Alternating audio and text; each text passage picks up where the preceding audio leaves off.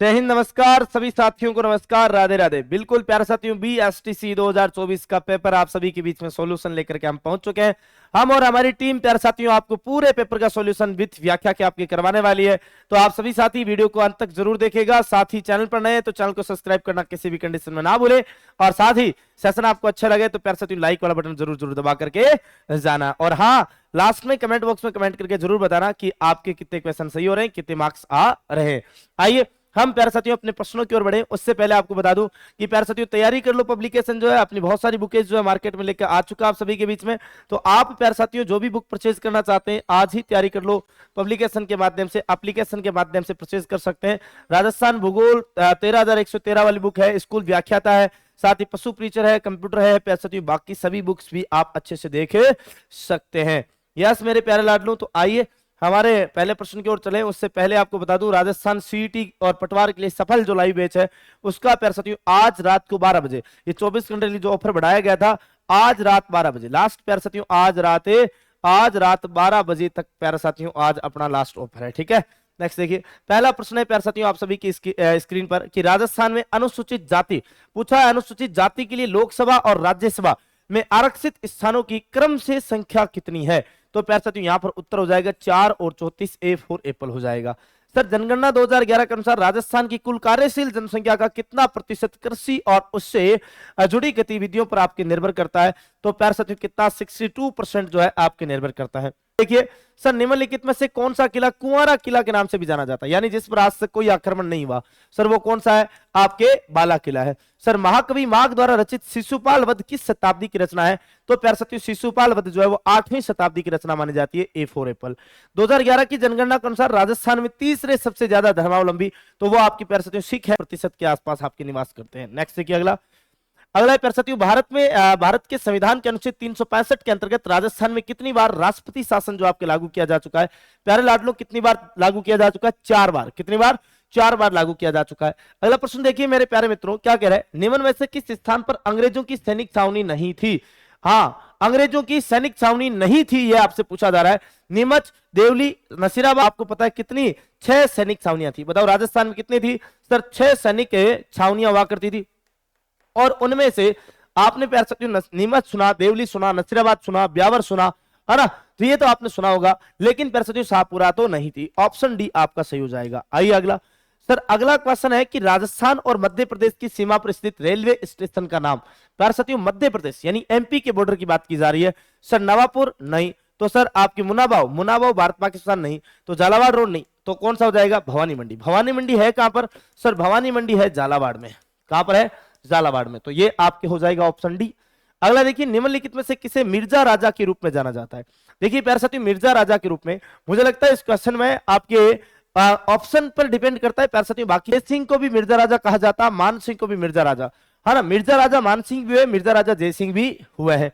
और अगर ये पूछे कि निम्नलिखित किसे मिर्जा राजा के रूप में जाना जाता, तो आपको पता है प्यारे साथियों जब मान सिंह पहला है, जय सिंह बाद में आए, तो पहले वाला भी माना जा सकता है, और बाद में शाहजहां ने भी इसको उपाधि दी, इधर आपके मान सिंह को भी मिर्जा राजा की उपाधि थी, तो आपके दोनों माने जाएंगे। और ये आप सबके लिए पैसे स्टार प्रश्न है, बोनस आपको यहां पर मिलने वाला है। क्या है, हाँ भाई बोनस आपके यहां पर मिलने वाला है। अगला देखिए, सर निम्न में से कौन सा सही नहीं है। क्या भाई, कौन सा सही नहीं है। सर अलवर में मेवाती बोली जाती है, ठीक बात है। सर झुंझुनू में शेखावटी बोली जाती है, ठीक बात है। झालावाड़ में हाड़ौती बोली जाती है, ठीक है। लेकिन भरतपुर में पैर ढूंढाड़ी नहीं, ढूंढाड़ी तो प्यारे साथियों कहां पर, जयपुर के आसपास वाले क्षेत्रों में। सर भरतपुर में ब्रिज, है ना, ब्रिज भाषा क्षेत्र का आपके प्रभाव रहता है। राजस्थान के कौन से भाग में रेगिस्तान है, तो आप सभी को पता है प्यारे साथियों रेगिस्तान तो पश्चिमी भाग है। बताओ कौन सा भाग है, लाडनो पश्चिमी भाग है। ऑप्शन सी आपका क्या हो जाएगा, सही और सटीक हो जाएगा।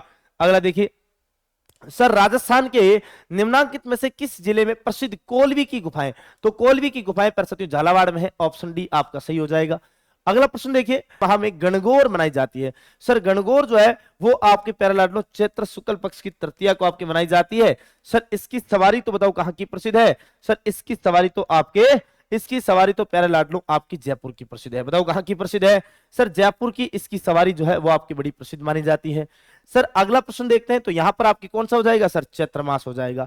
ऑप्शन बी आपका सही हो जाएगा। अगला प्रश्न, सर बम नृत्य निकटता से आपके किन जिलों से संबंध रखता है। बम नृत्य की बात करें तो सर बम नृत्य यानी कि आपके बम बम नृत्य और बम रसिया गीत आप सब जानते हैं प्यारे साथियों, ये आपके कहां के हैं, अलवर और भरतपुर की बातें करते हैं, ऑप्शन डी।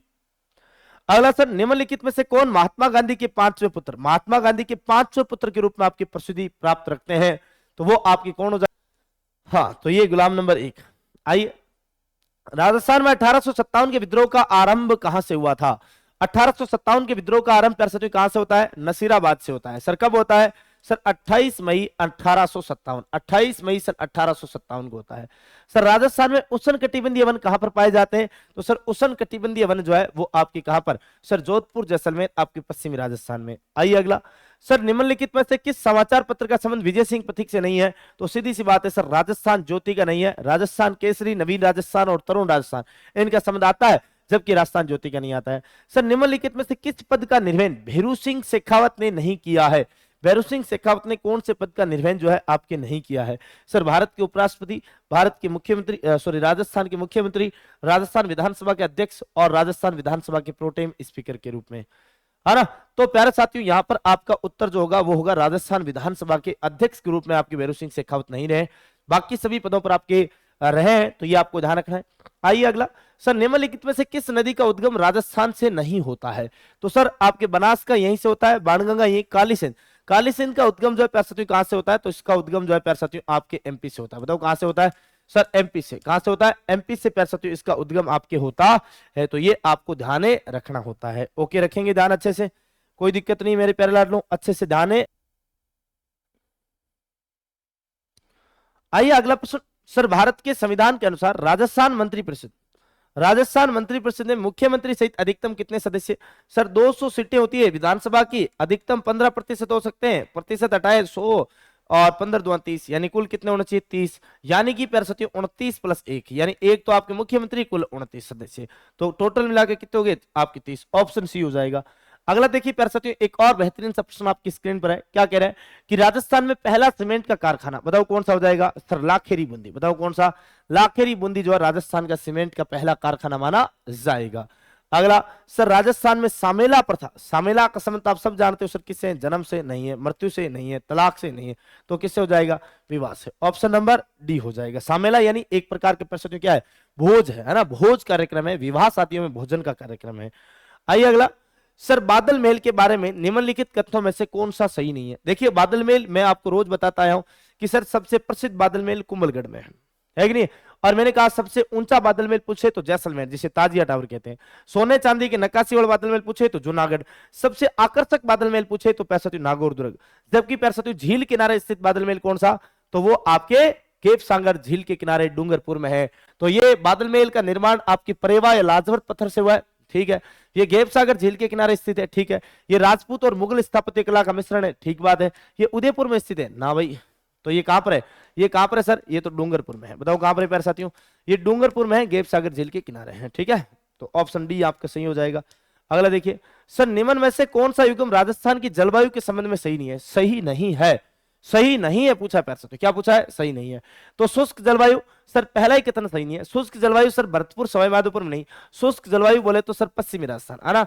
कौन सा राजस्थान? सर पश्चिमी राजस्थान आता है, और पश्चिमी राजस्थान यानी कि कौन सा आ जाएगा सर? आपकी जैसलमेर, जोधपुर, है ना। कौन सा आ जाएगा सर? जैसलमेर है, जोधपुर है, आपकी बाड़मेर है ना। ये वाला जो क्षेत्र आता है पैर बीकानेर है, ये आपके इसमें आ जाता है। ओके, ये ध्यान देना है। नेक्स्ट देखिए, अगला है निम्नलिखित में से किस देवी के मंदिर को आपके चूहों के मंदिर के रूप में जाना जाता है? तो सर चूहों वाली देवी कौन सी है? आपके 1444 अरे साहतम सूह कर बहारे, सुना है ना। हाँ, जूना जुगारा बाचाटी पहना रे बाई सरो रिदू नाम के भायो जी करणी माता। निम्नलिखित में से किस कला विद्या में अपने अमूल्य योगदान के लिए श्रीलाल जोशी को पद्म श्री पुरस्कार दिया गया है? सर आप सभी को पता, फड़ पेंटिंग शाहपुरा, शाहपुरा का जोशी परिवार जो है पैरसती, वो आपके शाहपुरा का जोशी परिवार फड़ निर्माण में पारंगत रहा है सदा सदा के लिए, आपको पता होना चाहिए। आइए सर, रानी दादी सती माता का जो मंदिर है वो आपके किस जिले में है? तो वो आपके सभी को पता है, झुंझुनू में सत्यामा उत्सव भव्य मेले का आयोजन होता है। और रानी दादी सती हिसार के नवाब को आपके सल्टा करके, क्योंकि तन धनदास की हत्या हिसार के नवाब ने की थी, और हत्या का बदला हत्या से फिर अपने पति की चिता के साथ सती हुई थी, इसलिए सती दादी। वीर विनोद ग्रंथ के अनुसार प्रसिद्ध चित्तौड़ किले का निर्माता जो है वो आपकी किसे बताया गया है? तो सर वो आपके चित्रांगद मौर्य को बताया गया है। सर चित्रांगद मौर्य ने चित्तौड़ का निर्माण 7वीं/8वीं सदी में, है ना, 8वीं सदी में निर्माण करवाया। मैसा के पठार पर स्थित है। चित्रांगद मौर्य शासक था। वैसे वीर विनोद के लेखक कौन है? कवि राजा श्यामलदास। बताओ कौन है प्यारे साथियों? कवि राजा श्यामलदास। कवि राजा श्यामलदास। मैं यूं कहूं कि मेवाड़ महाराणा कुंभा ने मेवाड़ की 84 में से 32 दुर्गों का निर्माता अकेले को भी माना जाता है। आइए सर, पुस्तक और उसके लेखक के निम्नलिखित युगों में से कौन सा सुमेलित नहीं है? तो सर हरिकेली नाटक विग्रहराज का है। सर गोरा बादल की चौपाई हेमरतन सूरी की है। रसिक प्रिय, यहां पर थोड़ा सा मिस्टेक ये है कि सर रसिक प्रिय तो केशवदास की नाम आ जाता है, लेकिन रसिक प्रिय टीका जब नाम आता है तो कुंभा। बाकी ये बात सही है, क्योंकि आनंद विलास जो है वो सर हरिभूषण से संबंध नहीं है। आनंद विलास का पैर जसवंत सिंह प्रथम से संबंध आता है। किससे आता है? सर जसवंत, आपके जो मारवाड़ शासक है जसवंत सिंह, वो पैर इसके रचयिता में आते हैं, तो ये ध्यान रखना है। सर राजस्थान में अरावली पर्वत श्रृंखला का विस्तार कहां से कहां तक है? देखिए पैर राजस्थान, ये हमारा पैर आपके प्यारे प्यारे क्या आ जाता है, ये हमारा प्यारा मान लेना, मान लिया। इस राजस्थान में इस वाले क्षेत्र से आपकी क्या निकलती है? सर अरावली निकलती है, यहीं से निकलती है। तो यह वाली दिशा तो पैर कौन सी हो जाएगी? देखिए क्योंकि ये पूर्व दिशा है, ये उत्तर दिशा है, तो सर यहां पर तो आ गया उत्तर पूर्व, ठीक है। और ये उत्तर दिशा है, ये दक्षिण दिशा है, और सर ये आपकी कौन सी आती है? पश्चिम दिशा आती है। तो ये वाली दिशा कौन सी आ गई? सर ये आ गई दक्षिण पश्चिम, यानी दक्षिण पश्चिम से उत्तर पूर्व या उत्तर पूर्व से दक्षिण पश्चिम। तो देख लो भाई, ये रहा उत्तर पूर्व से दक्षिण पश्चिम, है कि नहीं? ऑप्शन बी आपका सही और सटीक हो जाएगा। आइए अगला प्रश्न ये रहा। सर राजस्थान के निम्नलिखित जिलों में से किन में 56 का मैदान स्थित है? बताओ 56 का मैदान। सर 56 का मैदान आप सबको पता है, ये दक्षिणी राजस्थान का पार्ट है। यहां से आपके एक नदी निकलती है, माही नदी, उल्टे यू आकार में बहती हुई, और इस माही नदी के आसपास में आपके जो मैं यूं कहूं कि प्रतापगढ़ और बांसवाड़ा वाला जो क्षेत्र पड़ता है, सर इसका लगभग 56 गांवों का समूह जो है वो आपके 56 का मैदान कहलाता है, ठीक है। Option D.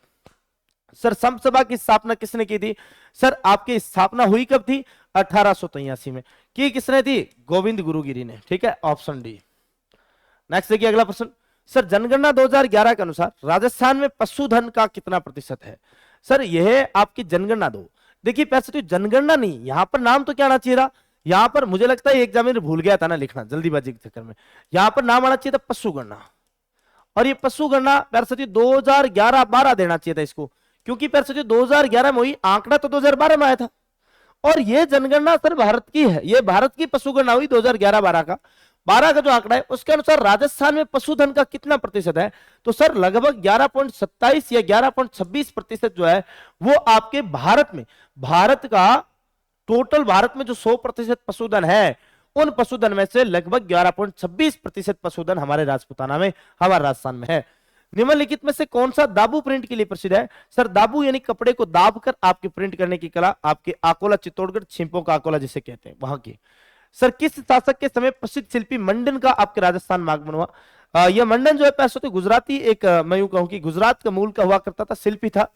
और मंडन ने कई पैरसतियों, आपकी कोदंड मंडन है, रूप मंडन है, धनुर, इसने आपके मंडन ने जो है खूब सारी पैरसती वास्तुकला से संबंधित, और मैं यूं कहूं राजप्रसाद भवन निर्माण से संबंधित, और वास्तुकला से संबंधित खूब सारी बुकें लिखी है, और ये महाराणा कुंभा का दरबारी हुआ करता था, ठीक है। तो ऑप्शन ए आपका सही हो जाएगा। यस।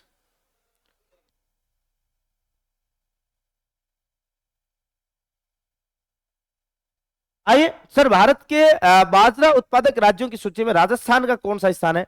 सर राजस्थान का स्थान आता है बाजरा में। अरे भाई बाजरा को सोगरो और सांगरी की सब्जी, कांदा की सब्जी, राबड़ी को, सबड़ को, कठा को है राजस्थान। तो राजस्थान पहले स्थान पर है।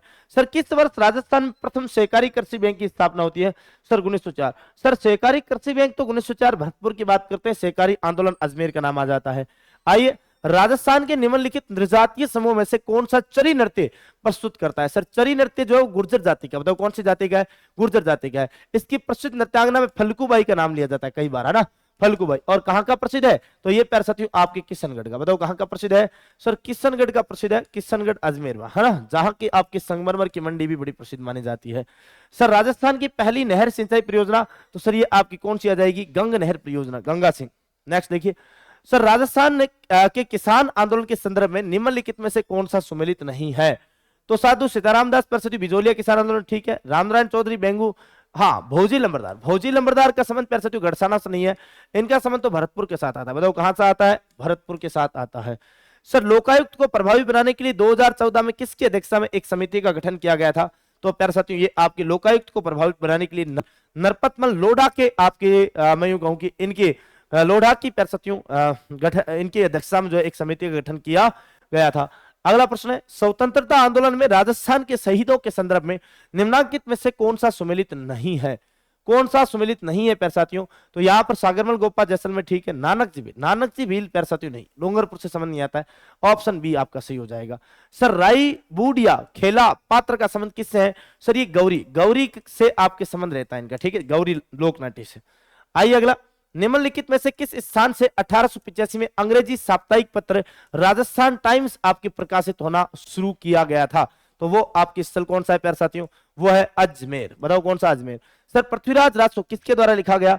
पृथ्वीराज राजस्व प्यारे साथियों चंद्रप्रदाई आप सभी को पता होना चाहिए। यस। अगला, लोंगेवाला वॉर आपके मेमोरियल जो है वो कहां विकसित किया गया है? तो प्यारे साथियों आपके लोंगेवाला बॉर्डर जो जैसलमेर में पड़ता है वहां पर आपके लोंगेवाला देवी का मंदिर भी बना हुआ है, आप सभी को पता होना चाहिए। कौन सी देवी है? लोंगेवाला देवी है। लोंगेवाला देवी मंदिर के पास प्यारे साथियों आपके मेमोरियल बना हुआ है। ओके, तो ये भी ध्यान रखना है। जनगणना 2011 के अनुसार राजस्थान की महिला साक्षरता दर क्या रही है? सर 52.12% रही है। ऑप्शन नंबर सी आपका क्या हो जाएगा लाडलो? सही हो जाएगा। अगला प्रश्न है, किस लोक देवता को राजस्थान में शेषनाग का अवतार कहा जाता है? तो प्यारे साथियों शेषनाग का अवतार तो किसे कहा जाता है? कल्लाजी राठौड़ को कहा जाता है। ऑप्शन सी सही हो जाएगा। राजस्थान में कितने प्रकार के खनिज उपलब्ध है? तो प्यारे साथियों ऑप्शन के अकॉर्डिंग 79 करना होगा, वैसे प्यारे साथियों 82 है, ठीक है। और 57 का प्यारे साथियों राजस्थान में क्या होता है? उत्खनन होता है। ओके, तो ये आपके 100 के 100 प्रश्न जीके वाले हुए कंप्लीट। साथ ही तैयारी कर लो पब्लिकेशन की प्यारे साथियों, सभी की सभी बुकें जो है आप सभी के बीच में हाजिर है, जिसमें आपके 13,113 वाली बुक है, स्कूल व्याख्याता के लिए प्यारे साथियों गणित सांख्यिकी रीजनिंग की बुक है, बाकी अन्य सभी बुकें भी आपके बीच में हाजिर है भाई। इसके अलावा प्यारे साथियों राजस्थान सीटी और पटवार के लिए सफल लाइव बैच जो है उसका रजिस्ट्रेशन भी आपके चल रहा है, और आज रात 12 बजे है ना, आज रात 12 बजे तक प्यारे साथियों मात्र 1299 रुपए में आपके बीच उपलब्ध रहेगा। उसके बाद इसकी रेटें जो है आपकी बढ़ जाएगी। अब आपके अगला सॉल्यूशन भी होने वाला है, अगले गुरुजी आपके बीच उपलब्ध हाजिर होंगे, रीजनिंग के लिए हाजिर होंगे भाई। नमस्कार दोस्तों, बहुत ही शानदार पेपर आज बीएसटीसी का आया और जैसा आपको बोला वैसा का वैसा पेपर आया। आप एक बात बोलते थे कि मुझे डर लग रहा है सर, हमें डर लग रहा है, और मैंने आपको एक ही बात बोली, डरने की कोई बात नहीं है, डरने की 1% भी बात नहीं है। ये बात मैं क्लास में हमेशा बोलता था ना, वही सेम पेपर आया, डरने की बात कहां थी। अब करते हैं क्वेश्चन शुरू। और देखो सबसे पहले राजस्थान सीटी प्लस पटवार, जब तक बीएसटीसी का अपना रिजल्ट आए तब तक सीटी की भी तैयारी साथ में शानदार तरीके से कर लेनी है, क्योंकि सीटी के बाद में जितने भी वैकेंसी आएगी उन सारों में आप फॉर्म अप्लाई कर सकते हो।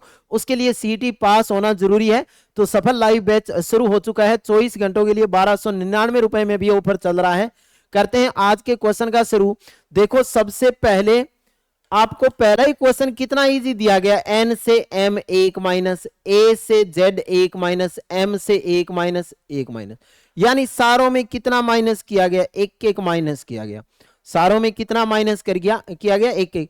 तो पी से ओ, ई से डी, ओ से माइनस करोगे आप तो कितना आएगा? एन, एन से करोगे M, O D N M, O D N M, 1 number answer आया। वो आंसर बिल्कुल क्या था?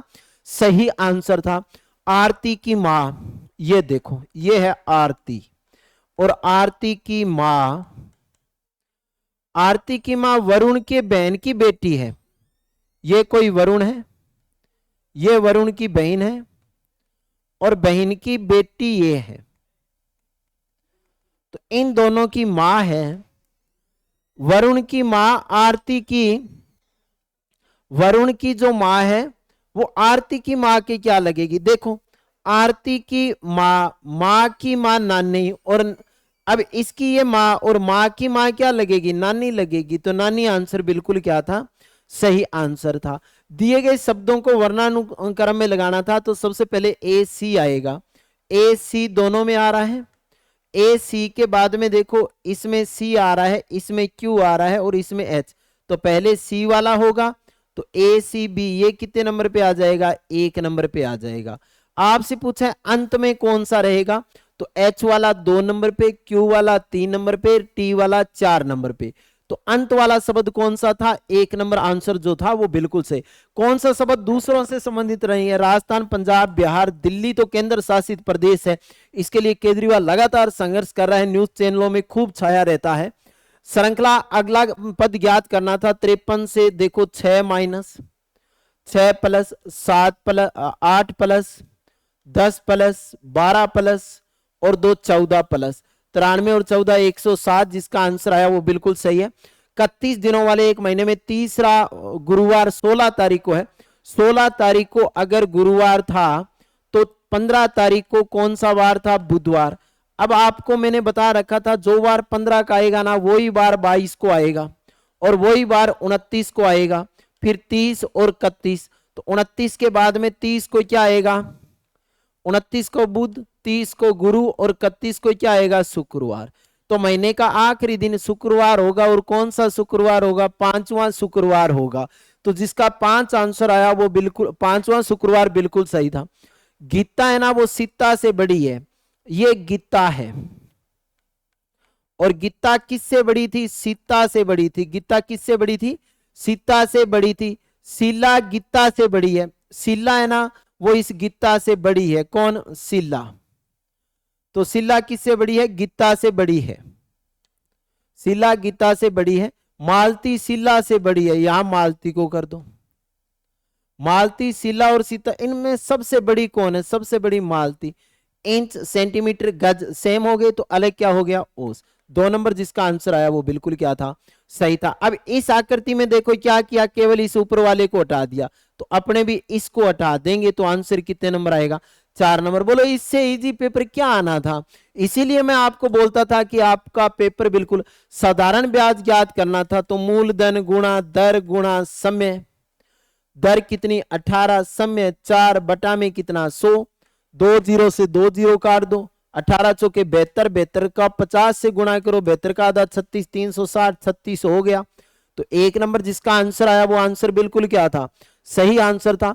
4 वर्ष पहले अमन और भावी की औसत आयु 18 वर्ष है।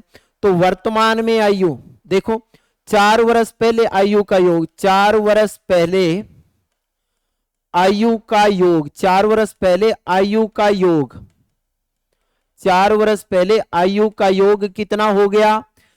4 वर्ष पहले अमन और भावी की औसत आयु 18 वर्ष, तो 36 हो गया। वर्तमान में दोनों के आयु का योग, वर्तमान में अमन प्लस भावी, वर्तमान में अमन प्लस भावी का योग, तो 36 प्लस 4, 4 दोनों की जोड़ दोगे तो 8 जोड़ दोगे कितना? 44। और जब अमन प्लस चित्रा, अमन प्लस उसका भाई, भावी है, भावी नहीं है ना, और उसका भावी, अमन भावी और चित्रा तीनों जब मिल जाए तो योग कितना होता है? औसत 24, यानी 24 इंटू 3 कितना? 72। अब 72 में से 44 घटा दो, कितना आएगा? 28। 8 वर्ष बाद कितना आएगा? 36। तो ये 36 आंसर आना था। बोनस मिलेगा आपको 100%। आंसर क्या आना था? 36 आना था। बोनस मिलेगा, कहीं कोई किंतु परंतु नहीं है इस क्वेश्चन में। नेक्स्ट क्वेश्चन है, एकल परिवार संयुक्त परिवारों से बेहतर है। संयुक्त परिवार सुरक्षा सुनिश्चित करते हैं, काम के बोझ को कम करते हैं। एकल परिवार अधिक स्वतंत्रता। दोनों ही बातें क्या है? बिल्कुल सही है। तो फर्स्ट और सेकंड दोनों तरह क्या है? मजबूत है। तो जिनके दोनों तरह मजबूत का आंसर था वो बिल्कुल क्या था? सही था। अब देखो 3, 5, 7, 9 तो 11, 24, 22, 20, 18 तो 16, उसके बाद में 4, 6, 8, 10 तो 12, 23 में से 5 18 में से 5 13, 13 में से 5 8, 8 में से 5 3, KPLC, KPLC 3 नंबर आंसर बिल्कुल क्या है? सही आंसर है। अंग्रेजी वर्णमाला में कौन सा अक्षर आरंभ से 13वें स्थान पर तो शुरू से 13 स्थान पे कौन होता है? एम होता है। ईमानदार, उचित, न्याय संगत, ये तीनों ही बातें सही है। पक्षपात पूर्ण क्या होगा? अलग होगा। एक निश्चित कूट भाषा में अर्थ दिया था, जैसे CHALK को क्या लिखा? C 3 8 1 12 11, 1 और 1 को 2, 2 और 1 3, 1 का 1, 8 का 8, 3 का 3। तो यही काम अपने को करना था। BOARD 2, 5 और 1 6, 1 का 1, 8 और 1 9, 4, 26,194 आंसर बिल्कुल क्या था, सही आंसर था। श्रृंखला को देखें, 2 का आधा फिर आधा फिर आधा तो फिर आधा 1/8, 2 नंबर आंसर आ जाएगा। राहुल और सोहन आयु 5 और 9 है। राहुल की 5 वर्ष है, सोहन की 9 वर्ष है। कितने वर्ष बाद उनकी आयु 24। अब दोनों की आयु का योग कितना है, 14। तो 10 वर्ष बाद कितनी होगी, 24। तो दोनों में कितना वर्ष जोड़ दोगे, 5-5 वर्ष दोनों में जोड़ दोगे। तो ये तो 10 का हो जाएगा, ये 14 का हो जाएगा, 24 हो जाएगी। तो कितना आंसर आ जाएगा, 5 वर्ष आंसर आ जाएगा। विषम आकृति आपको ज्ञात करनी थी कौन सी आकृति गलत है। देखो एक राइट साइड बाहर की ओर है, इसमें भी एक ग्रुप बाहर की ओर है, इसमें भी व्हाइट पार्ट बाहर की ओर है, लेकिन इसमें तीनों ही पार्ट अंदर की ओर है। तो 3 नंबर अब क्या है, अलग है। निम्नलिखित में से कौन सा लीप ईयर है, तो 2016 में 4 का पूरा पूरा भाग जाता है, तो ये आपका आंसर रहेगा। उसके बाद में निम्नलिखित शब्दों को शब्दकोश के अनुसार अवरोही क्रम में लगाना था। सबसे बड़ा पहले लगेगा, अवरोही क्रम में लगाओगे तो सबसे पहले देखो, सबसे पहले सी ई आ रहा है सारों में। सी ई के बाद में देखो यहां एल, यहां सी, यहां एल, यहां ए आ रहा है। सी ई क्या आ रहा है, ए, और यहां सी ई एल आ रहा है। तो सबसे पहले सी ई ए सबसे छोटा है, तो ये लास्ट में आएगा। 3 नंबर लास्ट में एक में ही दिया है, तो ये आंसर बिल्कुल क्या होगा, सही आंसर होगा। जिसका आंसर ये आया था वो आंसर बिल्कुल क्या होगा, सही आंसर। 2 नंबर जिसने आंसर किया वो बिल्कुल सही था। अब देखो 53 से 40, 13 का अंतर, यहां भी कितने का, 13 का अंतर, तो यहां भी 13 का, तो 14 आ जाएगा। फुटबॉल को हॉकी, हॉकी को बास्केटबॉल, बास्केट को क्रिकेट, क्रिकेट को कबड्डी कहा जाता है, क्रिकेट को क्या कहा जाता है, कबड्डी कहा जाता है। तो मेजर ध्यानचंद ने कौन सा खेल खेला, अब मेजर ध्यानचंद ने हॉकी खेला, लेकिन हॉकी को बास्केटबॉल कहा जाता है। तो आंसर कितने नंबर आएगा, 4 नंबर। जिसका 4 नंबर आंसर आया वो बिल्कुल सही है। आर को घर एम के घर के ठीक सामने है, आर उत्तर पूर्व की ओर जाता है, उत्तर पूर्व ये ओर जाता है और एम के घर पहुंचता है। यदि एम को आर के घर जाना है तो ये दिशा आपको बतानी है, ये दिशा कौन सी होगी। तो ये दिशा कौन सी होती है, यहां दक्षिण होता है, यहां पश्चिम, तो दक्षिण पश्चिम जिसका आंसर आया वो बिल्कुल क्या था, सही आंसर था।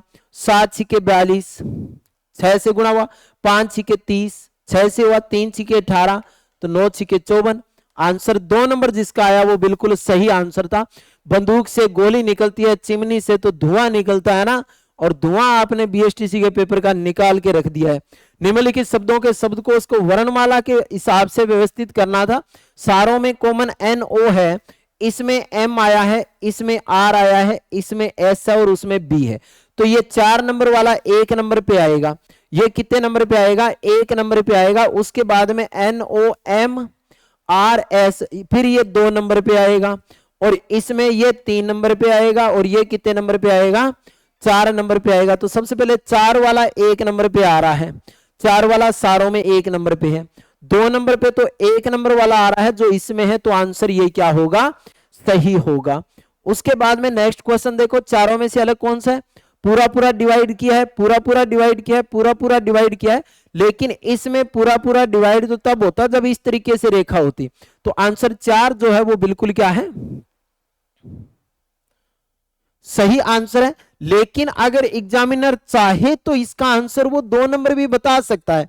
वो ये तर्क दे सकता है कि इसके 2 भाग हैं, बाकियों के 4-4 भाग हैं, वो ये तर्क दे सकता है। बाकी तो आधा किया है, पूरा पूरा, पूरा पूरा डिवाइडों में बन रहा है, पूरा पूरा डिवाइडों में बन रहा है, ये पूरा पूरा डिवाइडों में नहीं बन रहा है ना। और वो इसका 1 नंबर भी आंसर मान सकता है, वो एग्जामिनर पर है। निम्नलिखित कौन सा वेन आरेख पुरुष, महिला और शिक्षकों को दर्शाता है। देखो शिक्षक में पुरुष, शिक्षक में कुछ पुरुष भी होते हैं और कुछ क्या होती है, महिलाएं भी होती है ना। शिक्षक में क्या होते हैं, कुछ पुरुष। निम्नलिखित में से कौन सा वेन आरेख पुरुष, महिला और अलग अलग तो नहीं होगा, ये भी नहीं होगा। उसके बाद में देखो अलग तो नहीं होगा, शिक्षक महिला, तो आंसर सी ही आंसर आएगा।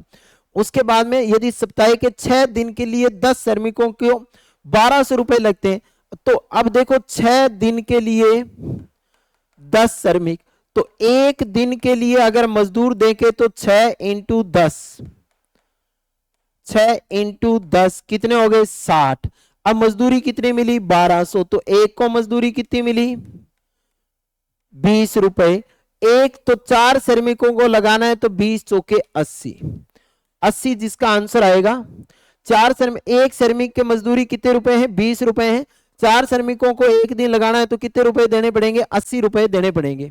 निम्नलिखित श्रृंखला में लुपत संख्या ज्ञात कीजिए। ए बी सी डी ई, पहले ए से शुरू किया, फिर बी सी डी ई ए, फिर वापस बी से शुरू किया, तो अब की बार किससे करेंगे? C D E, C D E A B, है ना। तो ये आपका answer C E D B ए।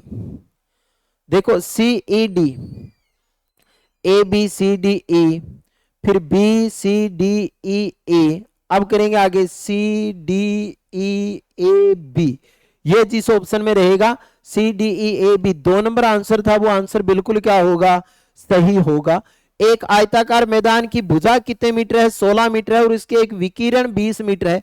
अब अपने को पता है अगर एक भुजा 16 मीटर है और विकिरण है तो दूसरी भुजा कितनी होगी? 12 होगी, तभी तो ये भुजा 20 होगी। और 20 की स्क्वायर कितनी होती है? 400। 16 की स्क्वायर कितनी होती है? 256 प्लस 144, कितना आ गया? 400। तो यहां ये कितने मीटर आ गए? 20, तो ये 12, 12 इंटू 16 करोगे आंसर कितना आ जाएगा? 192। जिसका 192 आंसर आया वो बिल्कुल सही है।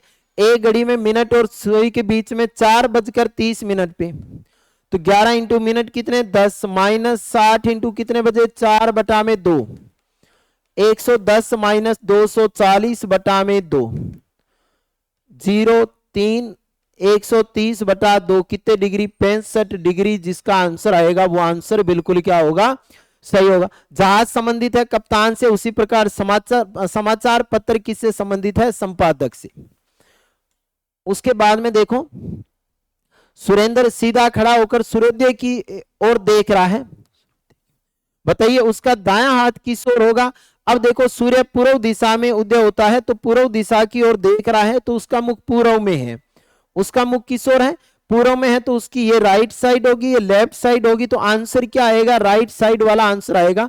तो दक्षिण जिसका आएगा उसका दायां हाथ किस ओर होगा? दक्षिण की ओर होगा। तो जिसका दक्षिण आंसर आया वो सही है। पी से जे 6 माइनस हुआ है, जी से 6 माइनस करोगे ए, 21 और 7 28, तो 19 और 7 26, ए 26 जो आंसर था वो बिल्कुल सही आंसर था।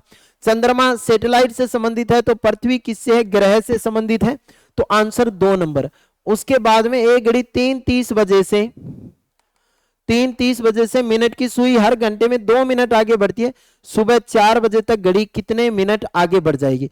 3:30 से सुबह 4 बजे तक टोटल घंटे कितने हो जाएंगे? 12 घंटे 30 मिनट हो जाएंगे।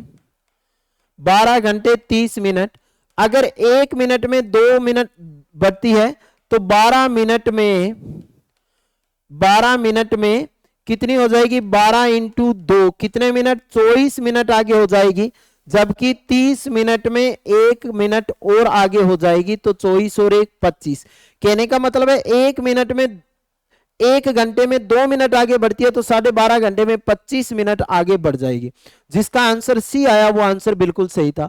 सुबह चेहरा धोना, दांत साफ करना, स्नान करना, ये तो बात सबको पता ही है। अभी सुबह होते ही चेहरा धोते हैं सबसे पहले, है ना, सारे धोते तो होना चेहरा, उसके बाद में दांत साफ करना और उसके बाद में स्नान करना। तो A B C D, A B C D, A B C D, A B C D. Answer number कितना था? 4 जिसका आंसर था वो बिल्कुल सही आंसर था। जूता चमड़े का बना होता है, रबड़ किसका? लेटेक्स का बना होता है। रिकट चित्रों की पूर्ति कीजिए। व्यक्ति की जीवनी लिखी जाती है, तो राष्ट्र किसका लिखा जाता है? राष्ट्र का क्या लिखा जाता है? व्यक्ति की तो जीवनी लिखेंगे, तो राष्ट्र का क्या लिखेंगे? इतिहास लिखेंगे। 4 नंबर आंसर बिल्कुल सही था। दिए गए समीकरण में तो इसकी अपने क्या कर देंगे? स्क्वायर बराबर 162 गुणा में 100 कितना कर देंगे? 28। 81 गुणा में कितना हो जाएगा? 2, और ये कितना हो जाएगा? 64 दूणे 28 होती है। तो 81 9 की स्क्वायर होती है, 64 किसकी स्क्वायर होती है? 8 की स्क्वायर होती है। 8 निमा 72, 72 इंटू 2 करोगे तो कितना आ जाएगा? 144, 12 की स्क्वायर होती है। 1 नंबर जो आंसर आएगा वो बिल्कुल क्या आएगा? सही आएगा। निम्नलिखित में से अंक समान है 49, 7 का वर्ग होता है, 5 का वर्ग है, 9 का वर्ग है, 331 अलग हो जाएगा। तो 2 नंबर आंसर बिल्कुल सही रहेगा। निम्न विकल्पों में 4 समूह में शामिल नहीं होगा। नारंगी, हरा, लाल और रंग। तो जिसका रंग आंसर आएगा वो आंसर बिल्कुल क्या होगा? सही। अब देखो नारंगी, हरा, लाल ये तो कलर के नाम है, तो अलग कौन सा हो गया, रंग अलग हो गया। निम्न में से सबसे बड़ी संख्या कौन सी है, 15 इंटू 23 इंटू 100 कर दो। 23 पांजे 23 40 69 23 चौके 92, 23 चौके 92 यानी 4.5 हो गया, 15 चौके 60 और लगभग 67 बन गया इसका। इसके गुणा में 100 रख दो, 14 7 98, 14 28 56, 14 5 70, 14 6 84 और 14 7 98। अब 98, 14 7 14 दूने 28, तो ये तो सबसे छोटी होगी, इसको 100 से काटो। 21 42 63 84, 21 5 19 5 95। अब 8/13 को करो, 13 को 8 से करोगे तो कितना आ जाएगा, यहाँ 100 लिखोगे तो 13 5 65, 13 6 78, 13 7 91, 13 8 8 64, तो सबसे बड़ा 95, 19/21 सबसे बड़ा हो गया। उसके बाद का क्वेश्चन क्या था, पिता की आयु उसके पुत्र की आयु की 3 गुणी है। 5 वर्ष बाद पिता की आयु का 2 गुना, पुत्र की आयु का 5 गुना। अब देखो पिता की आयु अगर 30 है तो 5 वर्ष बाद कितनी होगी, 35। इसकी 10 है तो 5 वर्ष बाद कितनी होगी, 15। अब कह रहा है 5 वर्ष बाद पिता की आयु का 2 गुना, तो 35 का 2 गुना कितना, 70। और वो कह रहा है 5 वर्ष बाद पिता की आयु का 2 गुना, पुत्र की आयु का 5 गुना हो जाएगा। अब इसका 5 गुना हो रहा है क्या, 75, 15 का 5 गुना तो नहीं हो रहा, तो ये बात बिल्कुल गलत है।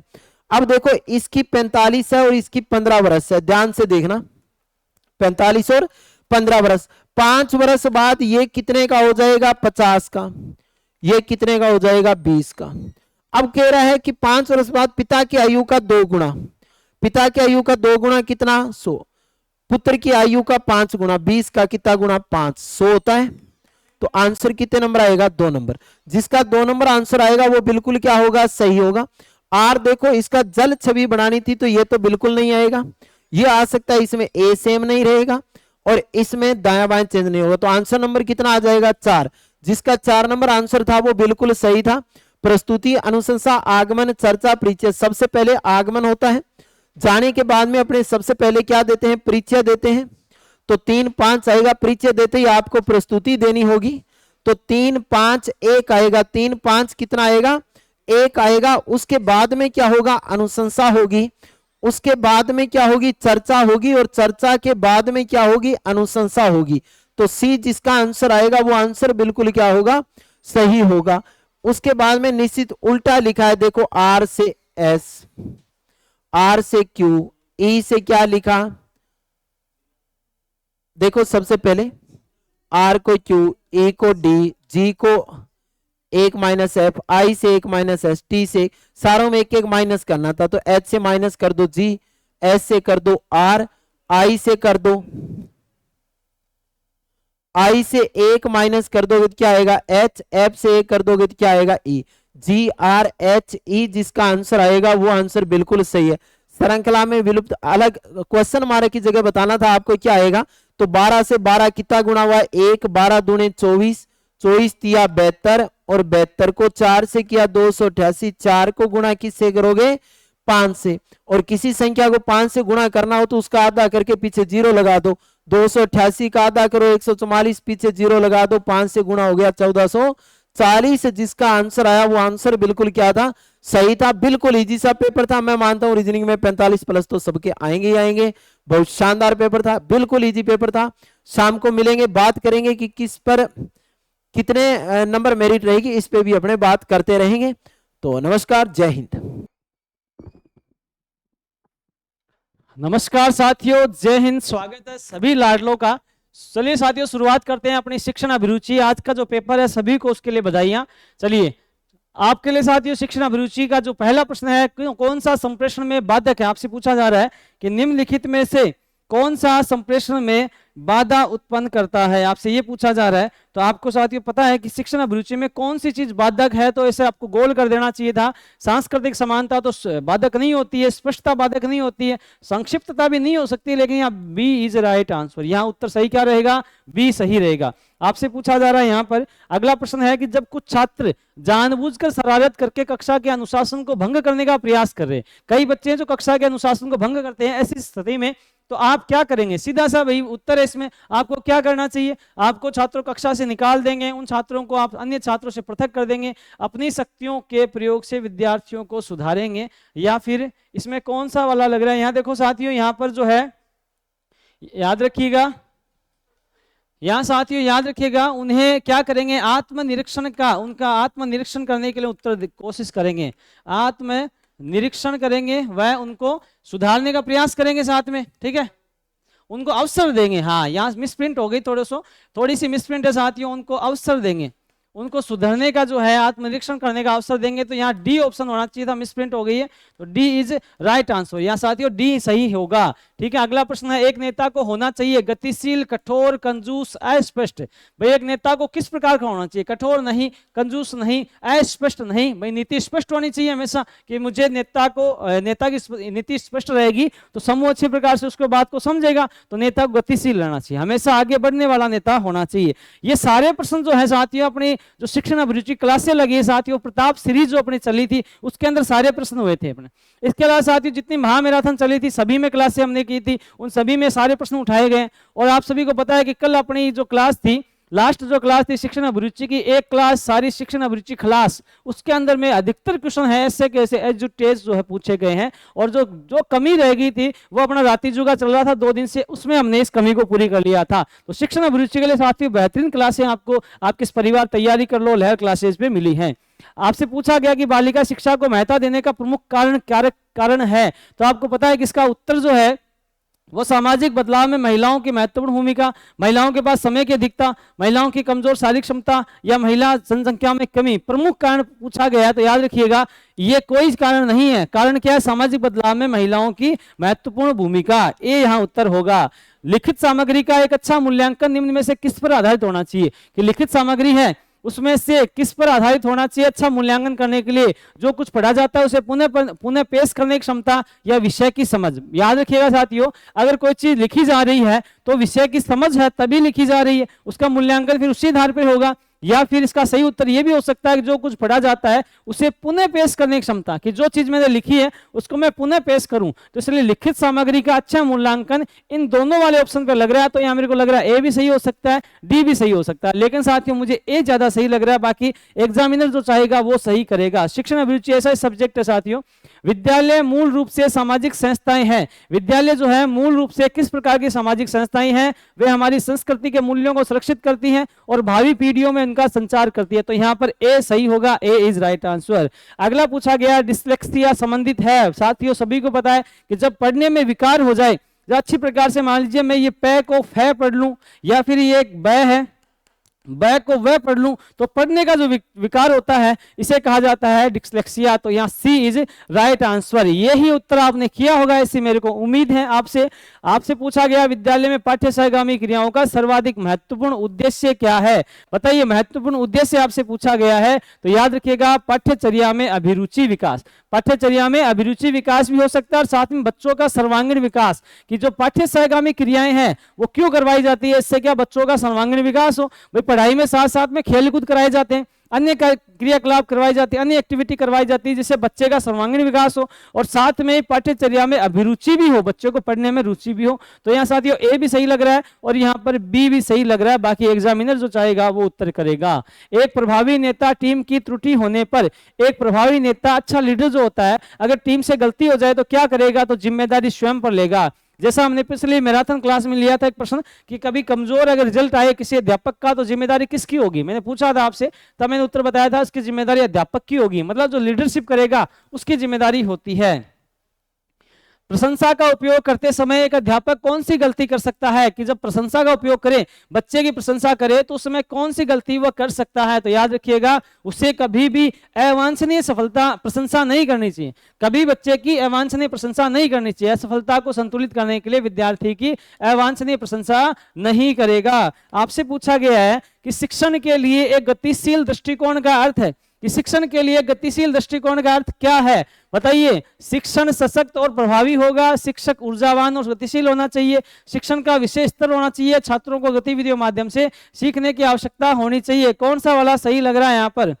बताइए कौन सा इसमें लग रहा है? आप सभी को पता है कि यहाँ पर साथियों शिक्षण के लिए गतिशील दृष्टिकोण का अर्थ है कि छात्रों को गतिविधियों के माध्यम से सीखने की आवश्यकता होनी चाहिए, तो गतिविधियां होनी चाहिए, गतिविधि आधारित शिक्षण होना चाहिए। D is right answer. अनुभव पर आधारित व्यवहार में अपेक्षाकृत स्थायी परिवर्तन क्या कहेंगे? सीधा सा उत्तर है इसका, तो मैंने आपको कई 100 बार, मतलब इन क्लासों में प्रताप सीरीज और ने जो मैराथन चली उनमें 100 बार यह प्रश्न आपको करवाया है। इसे क्या कहेंगे साथियों? यहाँ इसे कहेंगे सर अधिगम, और मुझे विश्वास आप सभी ने इसको अच्छे प्रकार से किया होगा। एक प्रभावी संप्रेषण, अच्छा कम्युनिकेशन के लिए संदेश खालिस्तान नहीं होना चाहिए। जब भी नहीं बार आए तो उससे क्या कर देना? गोल कर देना। बताओ कौन सा नहीं होना चाहिए साथियों? विनम्र हो सकता है, संक्षिप्त हो सकता है, संवेदनशील भी हो सकता है संप्रेषण, लेकिन अनेक अर्थ वाला नहीं हो सकता। भाई अनेक अर्थ हो गया तो वो समझेगा कैसे बच्चा? इसलिए साथियों यहाँ पे सी इज राइट आंसर। ठीक है, आप सभी ने उत्तर अच्छी प्रकार से किए होंगे ऐसी मेरी उम्मीद है। नवीन, मौलिक और उपयुक्त विचारों या कार्यों को उत्पन्न करने की योग्यता संबंधित है साथियों। जब जब मैंने कभी आपको सृजनात्मकता पढ़ाई होगी तभी तभी मैंने हर बार आपको नवीनता लिखा है, तब तब साथियों मैंने हर बार आपके लिए साथियों मौलिकता शब्द का प्रयोग किया, हर बार किया था। जितनी बार आपको सृजनात्मकता शब्द के बारे में पढ़ाया था, मतलब आप सभी ने इस चीज को रट लिया होगा और ये बी उत्तर ही किया होगा ऐसी मेरे को उम्मीद है। ठीक है, अगला प्रश्न है, एक शिक्षक स्वयं और शिक्षार्थियों में रचनात्मकता कैसे विकसित कर सकता है? आपसे पूछा जा रहा है कि शिक्षक जो है, एक शिक्षक स्वयं और शिक्षार्थियों में रचनात्मकता कैसे विकसित करे? तो बताइए, किसी रचनात्मक कार्य की प्रशंसा करके, नए लक्ष्य निर्धारित करके, या नई अद्यतन जानकारी देकर, या विचारोत्तेजक खेल खेलकर, इस प्रकार के खेल खेलकर कि भाई उससे क्या नए नए विचार उसके अंदर आए और अच्छी प्रकार से वो सृजनात्मकता रचनात्मकता उसके अंदर आए, तो यहाँ डी ज्यादा सही रहेगा। ठीक है, हालांकि साथियों रचनात्मक कार्य की प्रशंसा करके भी हो सकता है, नए लक्ष्य निर्धारित करके भी हो सकता है। नए लक्ष्य निर्धारित करेंगे तो नया कार्य वो करने की सोचेगा। एक अध्यापक के रूप में आप अपने संप्रेषण को प्रभावी बनाने हेतु क्या करेंगे? संप्रेषण को प्रभावी बनाने के लिए आपको क्या करना चाहिए? सीधा सा है, विद्यार्थियों के अधिगम स्तर को जांचेंगे। भाई मैं कोई चीज आपको पढ़ाऊंगा तो बच्चों को जब पढ़ाया जाता है टीचर द्वारा, तो संप्रेषण करने से पहले अधिगम के स्तर को जांचना होता है कि बच्चों को हम पढ़ाने जा रहे हैं उनका स्तर क्या है। तो यहाँ पर साथियों ए इज राइट आंसर। ये भी हमारी कल की जो क्लास थी, अंतिम जो क्लास थी, उसमें ये प्रश्न भी मैंने करवाया था, और ये का इसी प्रकार से करवाया था, सेम टू सेम। ये जोर से बोलेंगे, ये वाले सारे ऑप्शन उसमें थे। कौन सी एक अच्छी उपलब्धि परीक्षण की विशेषता है? कौन सी एक अच्छी उपलब्धि परीक्षण की विशेषता लग रही है आपको? यहाँ याद रखिएगा साथियों, विश्वसनीय, निष्पक्ष सभी लग रही है, लेकिन ज्यादा सही ऑप्शन है वो ये है, ए इज राइट आंसर, कि अच्छा प्रशिक्षण जो है, अच्छा परीक्षण जो है वो विश्वसनीय होना चाहिए, वैध होना चाहिए, निष्पक्ष भी होना चाहिए। तो ए इज राइट आंसर। बताइए, कुशल नेतृत्व की सफलता का रहस्य क्या है? कुशल नेतृत्व की सफलता का रहस्य क्या होना चाहिए? याद रखिएगा, समूह में सामंजस्य की उपस्थिति, समूह के अंदर सामंजस्य है तो कुशल नेतृत्व होगा। लेकिन साथियों याद रखिएगा, आपसे यह भी पूछा जा सकता है इसमें सही उत्तर, समूह में आपसी विश्वास अगर हो या फिर समूह हित में अगर कार्य किया जाए तो यह भी सही हो सकता है, लेकिन मुझे ज्यादा सही यहाँ पर बी लग रहा है साथियों।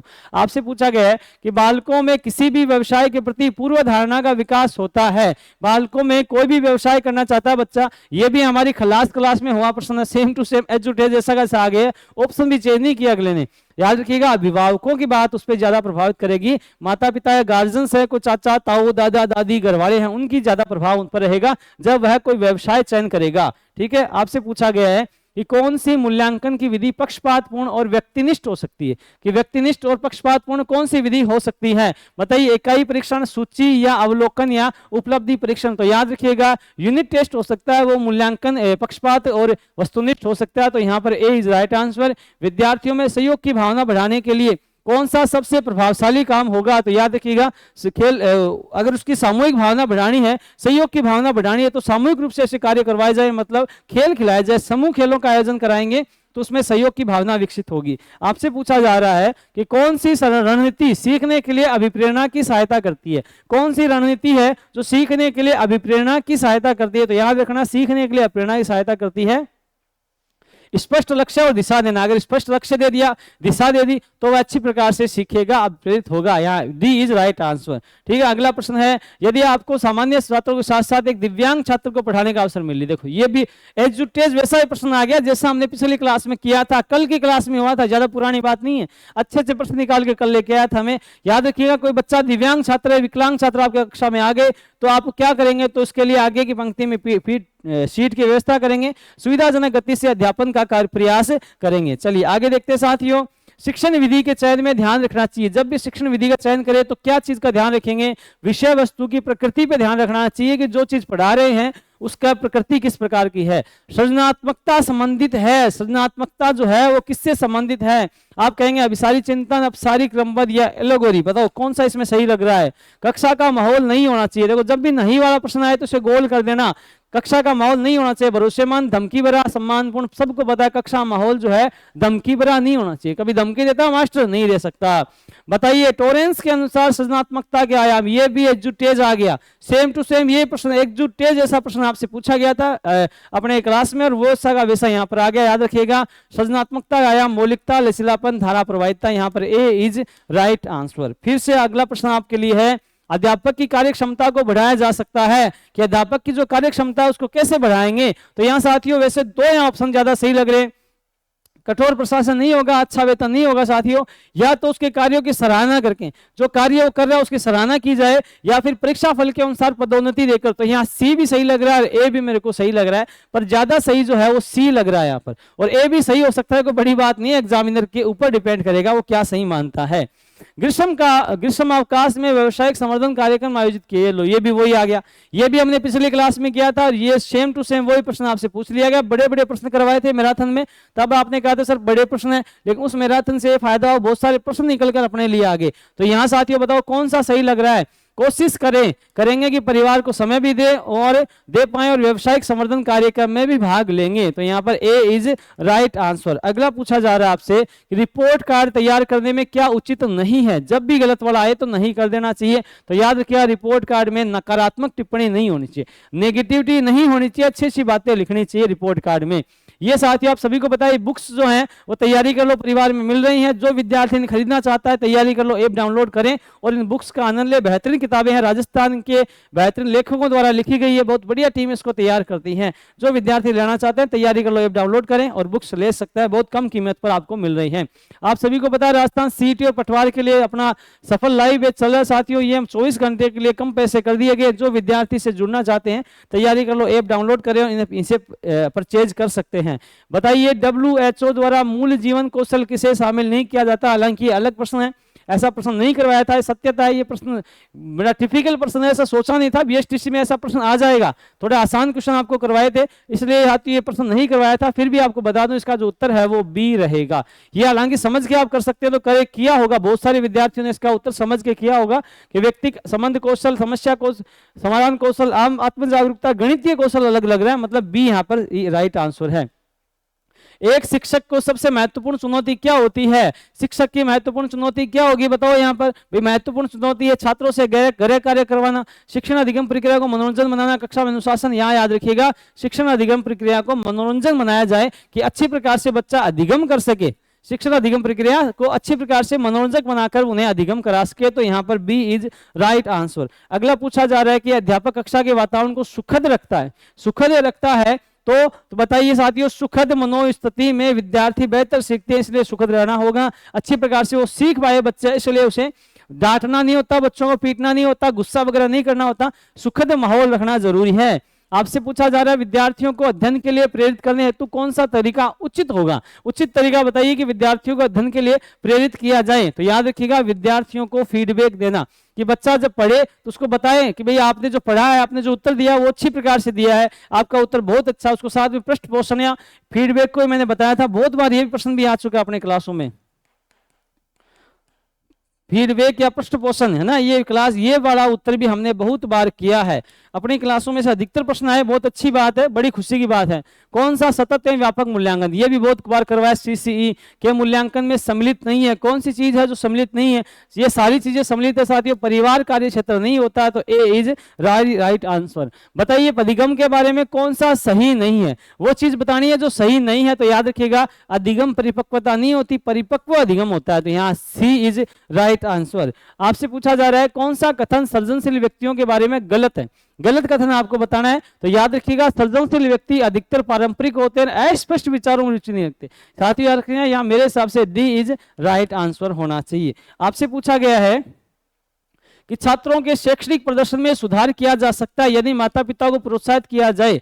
क्या प्रोत्साहित किया जाए? अगर शैक्षणिक प्रदर्शन में सुधार करना है, यदि माता पिता को प्रोत्साहित किया जाए कि वे अपने बच्चे के काम का पर्यवेक्षण करें, अतिरिक्त ट्यूशन की व्यवस्था करें, अपने बच्चों को आवश्यक संसाधन उपलब्ध कराएं, या बच्चे की प्रगति के बारे में शिक्षकों के साथ अक्सर बातचीत करें। अगर अक्सर बातचीत की जाएगी तो बच्चों को ध्यान रखा जाएगा। इसलिए साथियों, यहाँ कई बार आपने पढ़ा है कि भाई पेटीएम करवाया जाता है, पेरेंट टीचर मीटिंग होती है, इसीलिए होती है बातचीत करने के लिए ही। D is right answer. कौन सा सृजनात्मकता के विद्यार्थियों में प्रोत्साहित करता है? सृजनात्मकता में प्रोत्साहित कौन सी चीज है जो करती है? व्याख्यान, आज्ञाकारिता, मस्तिष्क उद्वेलन या अनुशासन? कौन सी चीज लग रही है बताओ यहाँ पर? तो याद रखिएगा साथियों, सी इज राइट आंसर। आपसे पूछा जा रहा है एक अध्यापक की सर्वाधिक रुचि होनी चाहिए। अध्यापक की किस चीज में रुचि होनी चाहिए? विद्यार्थियों सर्वांगीण विकास, स्व विकास, केवल पढ़ाने, सामाजिक विकास। तो याद रखिएगा यहाँ पर ए इज राइट आंसर। आपसे पूछा गया यहाँ पर कि अध्यापक के रूप में आप प्राथमिकता देंगे, आप किस चीज को प्राथमिकता देंगे? तो बताइए कौन सी चीज को? तो याद रखिएगा जो धीमे अधिगम वाले विद्यार्थियों को सामान्य विद्यार्थियों समक्ष लाने हेतु प्रयास करने को, कि जो बच्चे कम समय में जल्दी सीख नहीं पाते, उनको सीखने में समय लगता है, जो कम अधिगम कर पाते उनको आप अधिक सामान्य विद्यार्थियों समक्ष लाएं, इस हेतु प्रयास आपको करना होगा उनको पढ़ाने में। तो कमजोर बच्चों को आप सामान्य छात्रों के साथ में होशियार करने का प्रयास करें, ये करना होगा, इसको प्राथमिकता देनी होगी अध्यापक को। नई गतिविधियों और उत्पादक कार्यों में संलग्नता के लिए पहल को प्रोत्साहित करने के लिए एक अध्यापक क्या करेगा? बताओ कौन सा इसमें सही लग रहा है? तो याद रखिएगा विद्यार्थियों को स्वतंत्रता और जिम्मेदारी दिखाने का मौका देता है। तो यहाँ पर सी इज राइट आंसर। जिन्होंने सी उत्तर किया उन सभी के उत्तर सही हैं।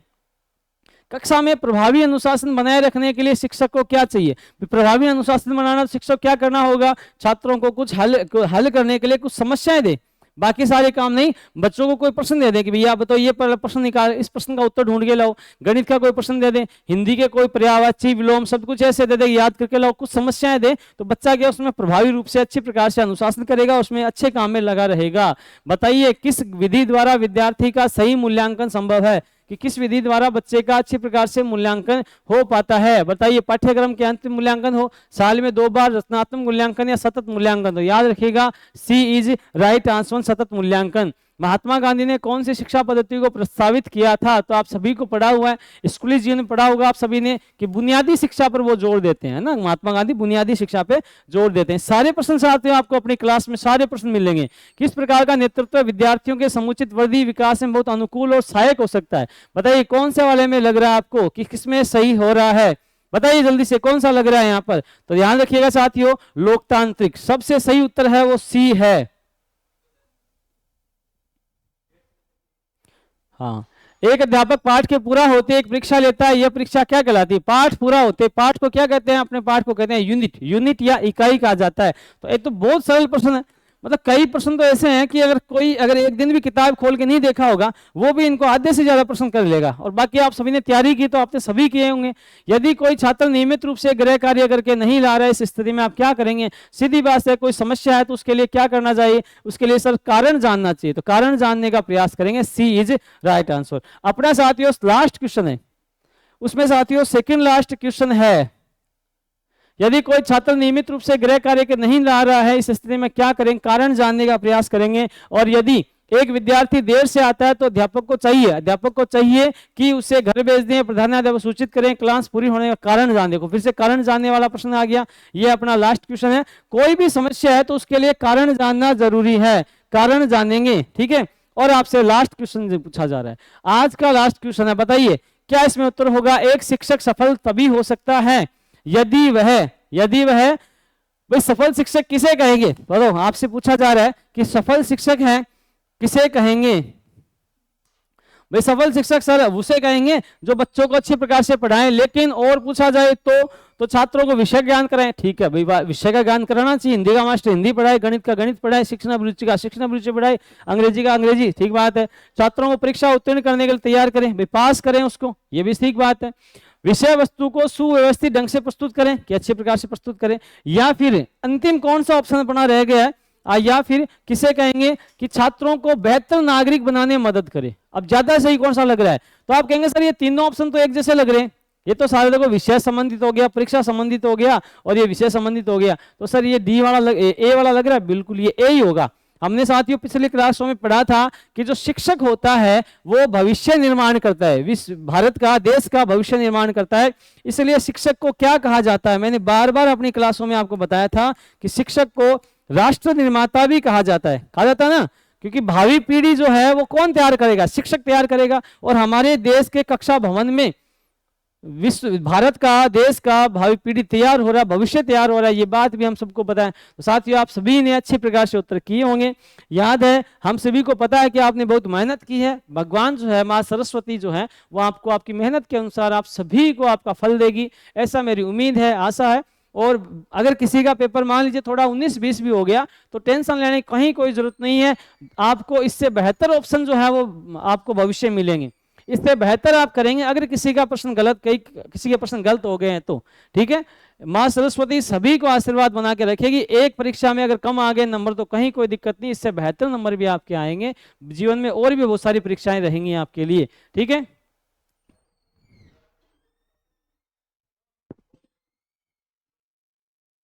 हाँ, लीजिए साथियों, आप सभी के लिए साथियों जो हिंदी के प्रश्न हैं उन्हें हल करने के लिए हमारे जो अजय सर हैं, आप सभी के लाडले, हम सभी के चहेते अजय सर हैं, वो आने वाले हैं। और अजय सर जो है इस समय पहुंच चुके स्टूडियो में। आप सभी साथी उनका स्वागत करेंगे और 1 मिनट के अंदर आपके सामने अजय सर आने वाले हैं।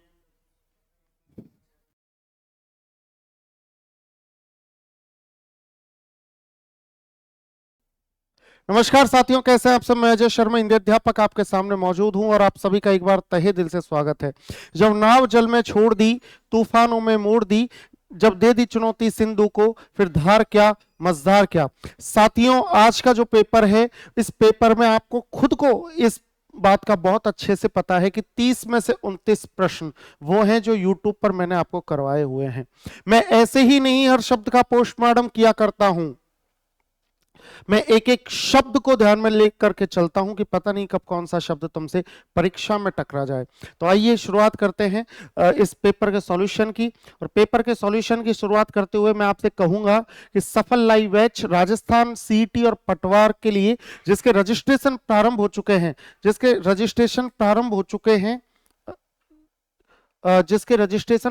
चुके हैं, विद्यार्थियों की मांग पर अंतिम मौका सिर्फ 24 घंटे के लिए 1299 रुपए में, 1299 रुपए में, है ना, जिसमें आपको ये विशेषताएं मिलती हैं।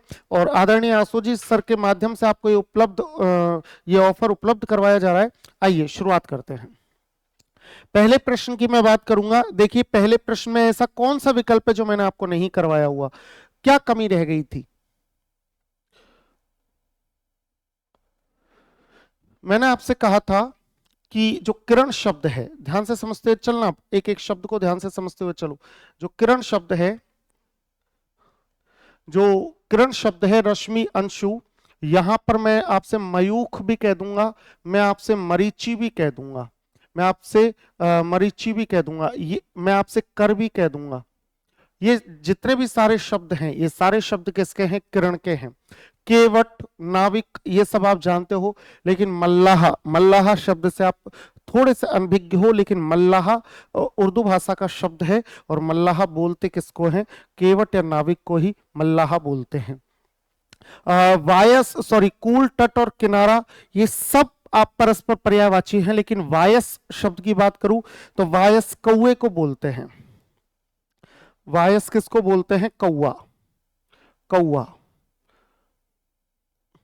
कोकिल बोलते हैं कोयल को। काकः कृष्ण कह कृष्ण को भेद पिक काकयो वसंत समय प्राप्तय काकः पिकः पिकः। और कुंतल बोलते हैं केश को, कुंतल बोलते हैं बाल को, कुंतल बोलते हैं कच्छ को, कुंतल बोलते हैं चिकुर को। कुंतल किसको बोलते हैं, चिकुर को। कुंतल किसको बोलते हैं, चिकुर को। कुंतल इनको बोलते हैं। तो ये तीनों ही परस्पर भिन्न हो गए और तीनों परस्पर भिन्न होने के कारण इसका जो उत्तर होगा वो होगा डी। निम्न में से शक्ति का उपासक के लिए उपयुक्त शब्द है। वैष्णव कौन होता है, विष्णु शब्द में अप्रत्यय लगाने के बाद वैष्णव शब्द बनता है, जो वैष्णव है ना, वैष्णव। शैव शब्द कैसे बना, शिव शब्द में, है ना, शिव शब्द में अप्रत्यय लगाने के बाद और शैव शब्द बना। भक्त कौन होता है? भक्त वो होता है जिसके अंतर मन में भक्ति समाविष्ट हो, और भक्ति का मतलब है समर्पण। इसलिए तो देशभक्त को हमने देशभक्त नहीं, देशभक्ति को हमने देश के लिए भक्ति कहा, क्योंकि भक्ति इसका मतलब देश के लिए समर्पण। और शाक्त कौन है? जो शक्ति का उपासक है वो शाक्त है। इसका मतलब सीधा सा क्या है कि दोनों विकल्पों में डी उत्तर आपका मिल गया, दोनों विकल्पों में डी मिला। अब आगे चलिए,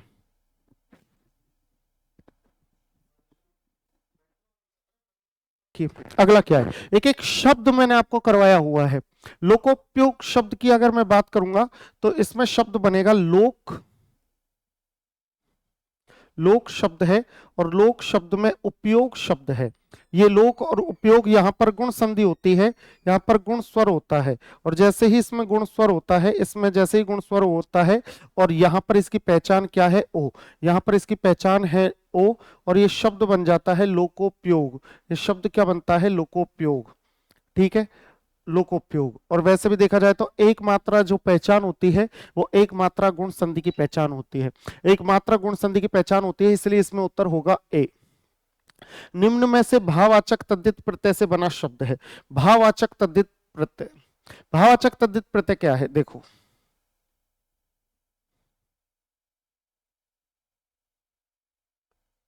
लोहार जो शब्द है वो लोहा से बना है, लोहा जो शब्द है वो लोहा से बना है। शौकीन जो शब्द है वो शौक से बना है, शौकीन जो शब्द है वो किससे बना है? तो शौकीन जो शब्द है वो बना है शौक से। वो किससे बना है भाई? शौक से, शौक। लकड़हारा बना है, वो बना है लकड़ी से, लकड़ी से। और बुढ़ौती जो शब्द बना है वो बना है बूढ़ शब्द से, बूढ़ से। वो किससे बना है? वो बना है बूढ़ से, बूढ़ शब्द इसमें है ना, मूल शब्द है बूढ़। अब कह रहा है निम्न में से भाववाचक तद्धित प्रत्यय से बना शब्द, यानी जो तद्धित प्रत्यय है वो कौन सा है? भाववाचक होना चाहिए। तो भाववाचक तद्धित प्रत्यय कौन सा है? इसमें अगर मैं शौक कहूं तो ये भाववाचक संज्ञा शब्द है, ये भाववाचक संज्ञा शब्द है। और यहां पर जो बुढ़ौती शब्द है ये पूरा मिलकर भाववाचक संज्ञा शब्द बनता है। तो इन दोनों में भ्रम है, क्योंकि बुढ़ौती तो समस्त पद के रूप में देखें तो भाववाचक संज्ञा शब्द है, और वैसे अगर केवल प्रत्यय लगाने की बात करें तो फिर इसमें शौक में इन प्रत्यय लगा करके शौकीन बना, और शौक शब्द भाववाचक संज्ञा शब्द में आ जाएगा। इसलिए हम यहाँ पर बुढ़ौती शब्द को उपयुक्त मानते हैं, फिर बाद में देखेंगे। देखिए, निम्न में से कौन सा शब्द शुद्ध है? तो इसमें उत्तर हमने डी माना। निम्न में से कौन सा वाक्य शुद्ध है? ध्यान से समझना, निम्न में से कौन सा वाक्य शुद्ध है? राम का दर्शन पाकर अहल्या धन हो गई। देखिए, जो दर्शन शब्द है वो बहुवचन शब्द है, जो दर्शन शब्द है वो बहुवचन शब्द है, बहुवचन। और बहुवचन होने के कारण, जो दर्शन शब्द है वो बहुवचन शब्द है, तो बहुवचन होने के कारण क्या है कि ये राम का दर्शन ही राम के दर्शन, तो ये गलत हो गया। भांडा फूटने पर उसकी गर्दन लज्जा से झुक गई, भांडा फूटने पर उसका सर लज्जा से झुकेगा, गर्दन तो लटकेगी, गर्दन झुकेगी नहीं। इसका मतलब ये भी गलत है मेरे नजरिए से। इसकी प्रामाणिक आंसर की तो अभी आई नहीं है, तो हम तो अपने नजरिए से देखेंगे, और अपने नजरिए से देखने के बाद फिर देखते हैं कि आंसर की में क्या माना गया है। फिर आगे बात करो कि इस चिकित्सालय में सर्वोत्कृष्ट रोगों की चिकित्सा होती है। रोगों का विशेषण क्या दिया? सर्वोत्कृष्ट, जो सबसे श्रेष्ठ हैं। उत्कृष्ट का मतलब है श्रेष्ठ, तो जो सबसे श्रेष्ठ हैं, सबसे श्रेष्ठ रोग कैसे हो जाएंगे? तो ये भी गलत है। और भाषा के मानकीकरण के लिए व्याकरण जरूरी है, बिल्कुल भाषा के मानकीकरण के लिए व्याकरण जरूरी है, तो इसका जो सटीक उत्तर माना जाएगा वो डी माना जाएगा, डी। आगे चलो, निम्न में से फारसी उपसर्ग से बना शब्द है। देखिए, जो गैर शब्द है, ये जो उर्दू है, उर्दू की ही एक शाखा है फारसी, उर्दू की एक शाखा है फारसी, है ना। ये अरबी और फारसी दो भागों में बट जाती है। और फारसी में देखो गैर भी होता है, फारसी में ही ना होता है, और फारसी में ही खुश होता है। फारसी में खुश होता है, गैर होता है, ना होता है। ठीक है, तो खुश, गैर और ना, ये तो इनके ही क्या हैं? उपसर्ग हैं। लेकिन संस्कृत के उपसर्गों की बात करें, संस्कृत के उपसर्गों की, तो संस्कृत के 22 उपसर्ग होते हैं और इन 22 उपसर्गों में एक उपसर्ग आता है दुर, एक उपसर्ग आता है दुर, और इस दुर शब्द से ही दुराचारी बना है। इस दुर शब्द से कौन सा शब्द बना है? दुराचारी। इस दुर शब्द से कौन सा शब्द बना है? दुराचारी। तो यहां पर उत्तर हो जाएगा डी। निम्न में से विछौना शब्द में कौन सा प्रत्यय है? देखिए, अगर मैं ना मानूं तब तो बिछऊ कोई शब्द नहीं है, अगर मैं बी मानूं तो लास्ट में तो बी मिलता ही नहीं है, अगर मैं आ मान लूं तो आ भी गलत है क्योंकि बिछौन रह जाए। इसका मतलब हमारे पास केवल ऑप्शन एक ही बचा है और वो क्या है? अउना। तो बिछौना, बिछौना।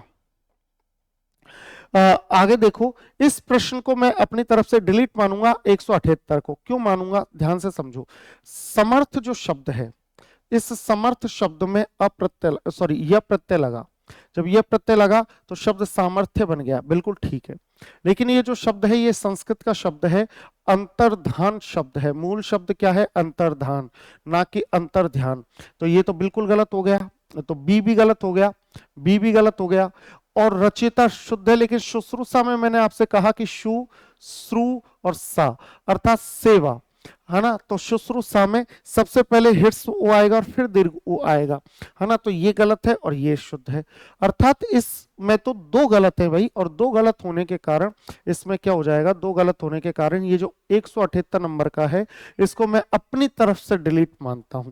और अगर इसमें परीक्षक अंतर्ध्यान को गलत ना माने, वैसे तो 1,00,000% गलत है, फिर भी ना माने, तो फिर शुश्रूषा को इसमें निश्चित रूप से गलत मानना ही पड़ेगा।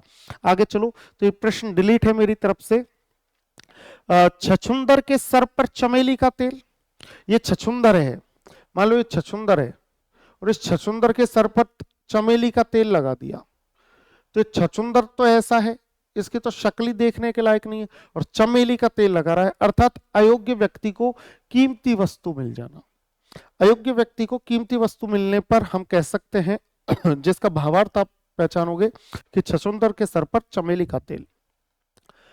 आगे चलेंगे।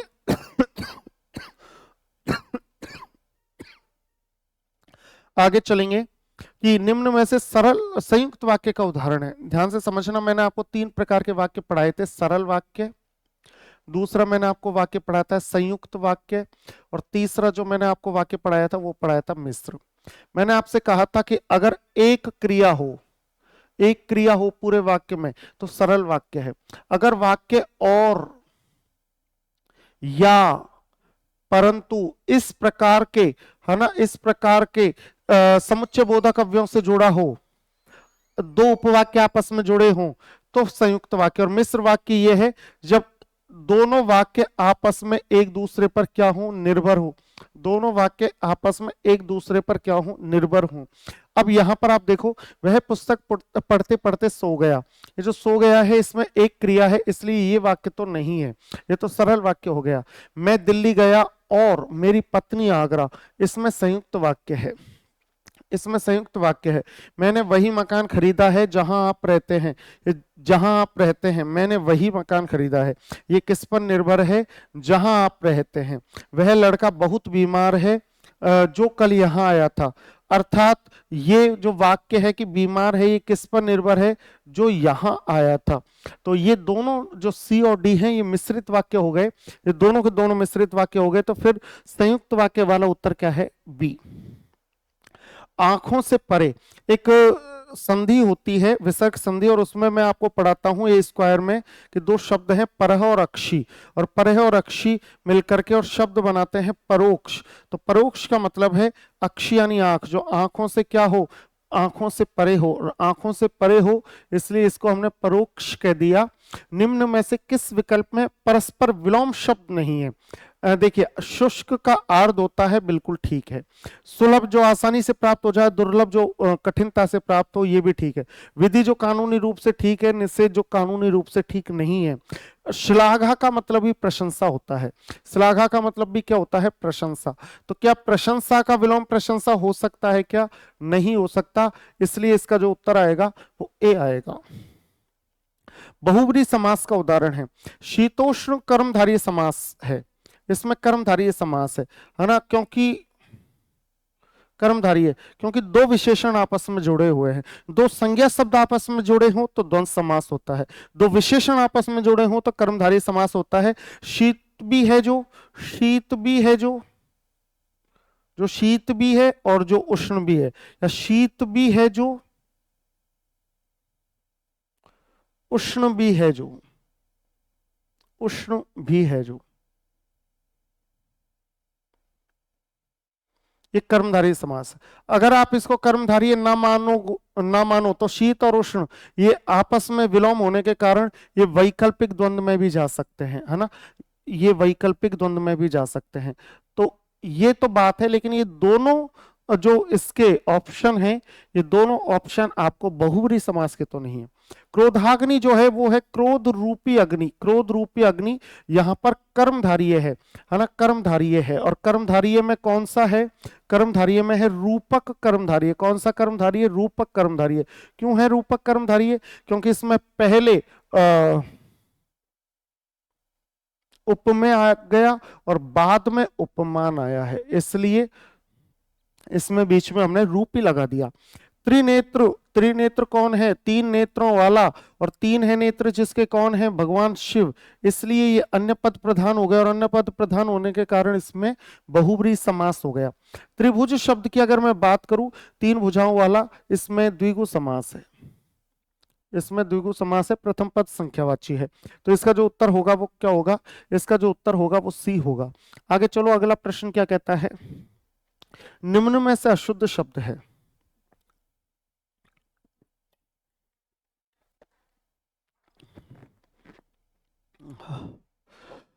निम्न में से अशुद्ध शब्द है। एकत्रित जो शब्द है वो आपको लगता होगा कि बचपन से हमने ये पढ़ा है, ये शुद्ध है, लेकिन ये गलत है। शुद्ध शब्द होता है एकत्र, शुद्ध शब्द क्या होता है, एकत्र। एकत्रित गलत होता है। आपको लगता होगा कि एकत्रित शुद्ध है, बचपन से पढ़ा है, लेकिन नहीं, गलत। आपने पढ़ा होगा कि क्रोधित शब्द शुद्ध है, कि क्रोधित शब्द शुद्ध है, लेकिन नहीं, क्रोधित शब्द गलत है। राजा बहुत क्रोधित हुए, गलत। राजा बड़े क्रुद्ध हुए, राजा बहुत क्रुद्ध हुए, क्रुद्ध शुद्ध है। अर्थात इन शब्दों के साथ इत प्रत्यय नहीं लगता, तो एकत्र शुद्ध है। ये निर उपसर्ग है, इसके बाद रस शब्द जैसे ही आएगा तो ये बन जाएगा नीरस। ये शब्द क्या बन जाएगा, नीरस। रे का हो जाएगा लोप और ने में दीर्घ ई लग करके और शब्द बन जाएगा नीरस, ये भी ठीक है। अगर मैं मंत्रिमंडल की बात करूं तो ये संस्कृत का शब्द था और ये था मंत्रिन योग मंडल, मंत्रिन योग मंडल। यहां संस्कृत में न का हो गया लोप और शब्द रह गया मंत्रिमंडल। शब्द क्या रह गया, मंत्रिमंडल। अब लेकिन शब्द मंत्रिमंडल रह गया और यहां दे रखा है मंत्रिन मंडल, तो फिर ये शब्द गलत है। और जब ये शब्द गलत है, ये शब्द गलत है, तो इसका उत्तर भी सी होगा। और योगीराज बिल्कुल ठीक है, शब्द था योगिन, शब्द था योगिन, शब्द क्या था, योगिन संस्कृत में। और फिर शब्द था राज, न का हो गया लोप और शब्द बच गया योगीराज।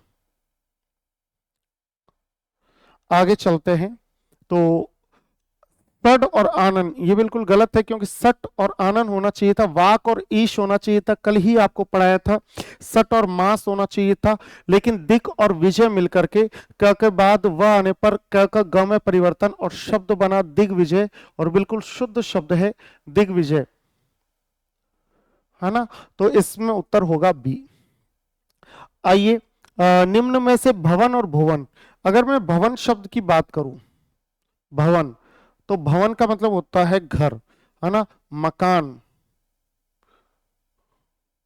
और अगर मैं भुवन शब्द की बात करूं तो भुवन का अर्थ होता है लोक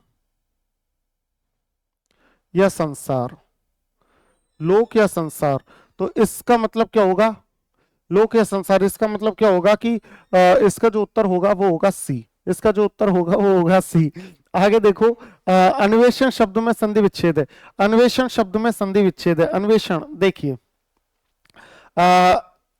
अन्वेषण को सबसे पहले तो ये समझो कि इसमें आपको व मिल गया, क्या मिल गया, व, और वह से पहले मिल गया हलंत अक्षर, इसका मतलब इसमें यण संधि है, यण संधि तो इसमें है। अब आगे चलेंगे तो आगे चलने पर आपको पता चलेगा कि इसमें यण संधि तो है, इसमें यण संधि तो है, लेकिन यण संधि होने के नाते आप इसको कैसे तोड़ोगे, इसको तोड़ोगे आप अनुयोग एषण, आप तोड़ोगे अनुयोग एषण, और अनुयोग एषण तोड़ोगे तो अनु और एषण कहां मिल गया, ये मिल गया ए में। निम्न में से संप्रदान तत्पुरुष का उदाहरण है संप्रदान। अगर मैं कहूं हवन सामग्री, हवन सामग्री, तो हवन सामग्री का मतलब क्या है, एक सामान्य विचार रखने वाला व्यक्ति कहेगा कि हवन की सामग्री, लेकिन हवन की सामग्री नहीं, हवन की सामग्री नहीं, हवन करने के लिए जो सामग्री है, हवन के लिए सामग्री है, तो यहां पर संप्रदान तत्पुरुष के लिए होगा हवन सामग्री, संप्रदान तत्पुरुष, तो इसका उत्तर तो है ही है। बाकी तुलसी द्वारा रचित, कल ही पढ़ाया था, तुलसी द्वारा रचित, इस तरीके से। दर असल में दर उपसर्ग है, दर उपसर्ग है, दर उपसर्ग है, ठीक है। ये अव्ययीभाव समास है, ये अव्ययीभाव समास है, अव्ययीभाव है। और जलवायु है तो ये इसमें द्वंद्व है, जल वायु आदि, कि भाई मैं बाड़मेर गया और बाड़मेर में मैंने एक कोचिंग विशेष में पढ़ाया, लेकिन मैं 1 या 2 महीने से ज्यादा नहीं पढ़ पाया क्योंकि वहां की मुझे जलवायु सूट नहीं की। तो जलवायु सूट नहीं की, इसका मतलब केवल वहां का जल और वायु ही सूट नहीं की, वहां पर जल वायु, वहां की भौगोलिक परिस्थितियां, वहां का वातावरण, वहां की जो भी समस्याएं थी जो मेरे विपरीत थी, वो सारी चीजें मुझे सूट नहीं की। तो इसका सीधा सा मतलब क्या है कि जलवायु आदि समाहार द्वंद्व इसमें माना जाएगा। अब आगे चलो, आगे जैसे ही मैं चलूंगा और मैं आपसे कहूंगा कि निम्न में से कौन सा युग्म अशुद्ध है। देखिए, प्रस्थान यानी निकल जाना और आगमन यानी आना, निष्काम, निष्काम का विलोम होगा सकाम, करुण यानी दया, और निष्ठुर या करुण यानी जो दयावान है, जो दयालु है, और निष्ठुर यानी जो बिल्कुल निर्दय है। लेकिन राग का विलोम जो होगा, राग, राग, राग का अर्थ होता है प्रेम, राग का अर्थ क्या होता है, प्रेम, तो राग का विलोम विराग होना चाहिए, राग का मतलब क्या होना चाहिए, विराग। लेकिन रंग है तो यहां पर सी उत्तर बिल्कुल सही है। पंचरत्न, पंचरत्नों की बात करूं, अगर मैं कहूं कि पंचरत्न, तो पंचरत्नों में देखिए पंच शब्द है, और ये जो पंच शब्द है ये क्या है, द्विगु समास इसमें है, क्योंकि पहला पद इसका क्या है, संख्यावाची है, और जब पहला पद संख्यावाची है तो इसमें द्विगु समास है। इसमें कौन सा समास है, द्विगु समास है। तो 5 पंचों का रत्न या 5 रत्नों का समाहार, 5 रत्नों का समाहार। आगे चलिए, निम्न में से स्व उपसर्ग युक्त शब्द है। देखिए, स्वागत जो शब्द है, स्वागत, इस स्वागत में हम स्व नहीं मान सकते। अगर हम इसको ऐसे माने कि स्व योग आगत, और दूसरा हम इसका विकल्प माने कि सु और आगत। अब अर्थ की दृष्टि से भी देखना पड़ता है भाई कि इस शब्द की व्युत्पत्ति कैसे हुई होगी। स्व यानी अपने आप, या अपना, और आगत यानी आगे, जो अपने आप ही आगे, आपका स्वागत है यानी स्व यानी अपने आप, आगत यानी आगे, भाई तुम अपने आप ही आ गए, हमने तो बुलाया नहीं आपको, तो हमने आपको बुलाया नहीं, आप अपने आप ही आ गए, ये स्व और योग आगत है, गलत। तो ये तो स्वागत का अर्थ नहीं निकला। तो सु यानी अच्छा है, आगत यानी आना, आपका आना हमारे लिए अच्छा है, इसको हमने स्वागत बोला है ना, तो स्वागत, इसमें सु उपसर्ग है, तो ये तो इसका विकल्प नहीं है। और स्वेच्छा शब्द अगर मैं कहूं तो मैं कहूंगा कि स्व इसमें शब्द है, इच्छा शब्द है, और स्व और इच्छा मिलकर के गुण संधि यहां पर हो जाती है, गुण स्वर यहां पर होती है, और गुण स्वर होने के बाद, गुण स्वर होने के बाद ये ए में परिवर्तन, और ए में परिवर्तन होने के बाद ये शब्द बनता है स्वेच्छा, है ना, स्वेच्छा। तो यहां पर स्व है, यहां पर स्व है, यहां पर स्व है। स्वप्न मूल शब्द है, और यहां पर जो स्व कर्म है इसमें भी स्व है भाई, स्व योग कर्म, भाई अपना कर्म करो, स्व कर्म करो, दूसरे के कर्म पर ध्यान मत दो, तो स्व कर्म, इसमें भी स्व है। इसका मतलब ये प्रश्न मेरी तरफ से कैसा है, ये प्रश्न मेरी तरफ से डिलीट है, यहां पर 30 में से 2 प्रश्न ऐसे हैं जो डिलीट हैं। आगे चलो, आगे बात करते हैं। डिलीट निकालने के लिए कॉन्फिडेंस होना चाहिए, और ये कॉन्फिडेंस मैंने आप में जगाया था, और मुझे अच्छे से पता है जब शाम को मैं आपसे संवाद करूंगा लाइव के माध्यम से, कल संवाद जब मैं आपसे करूंगा तो मैं आपसे पूछूंगा कि क्या डिलीट करते समय आपको कॉन्फिडेंस था, आपको आत्मविश्वास था।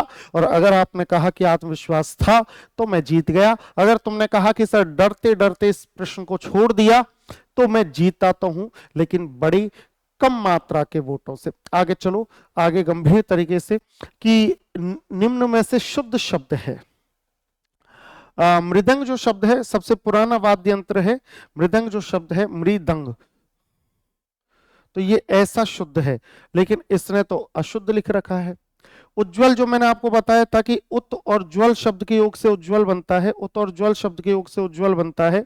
इसका मतलब ये जो उज्ज्वल है, ये जो उज्ज्वल है वो इस तरीके से बनना चाहिए, इसलिए भी गलत है।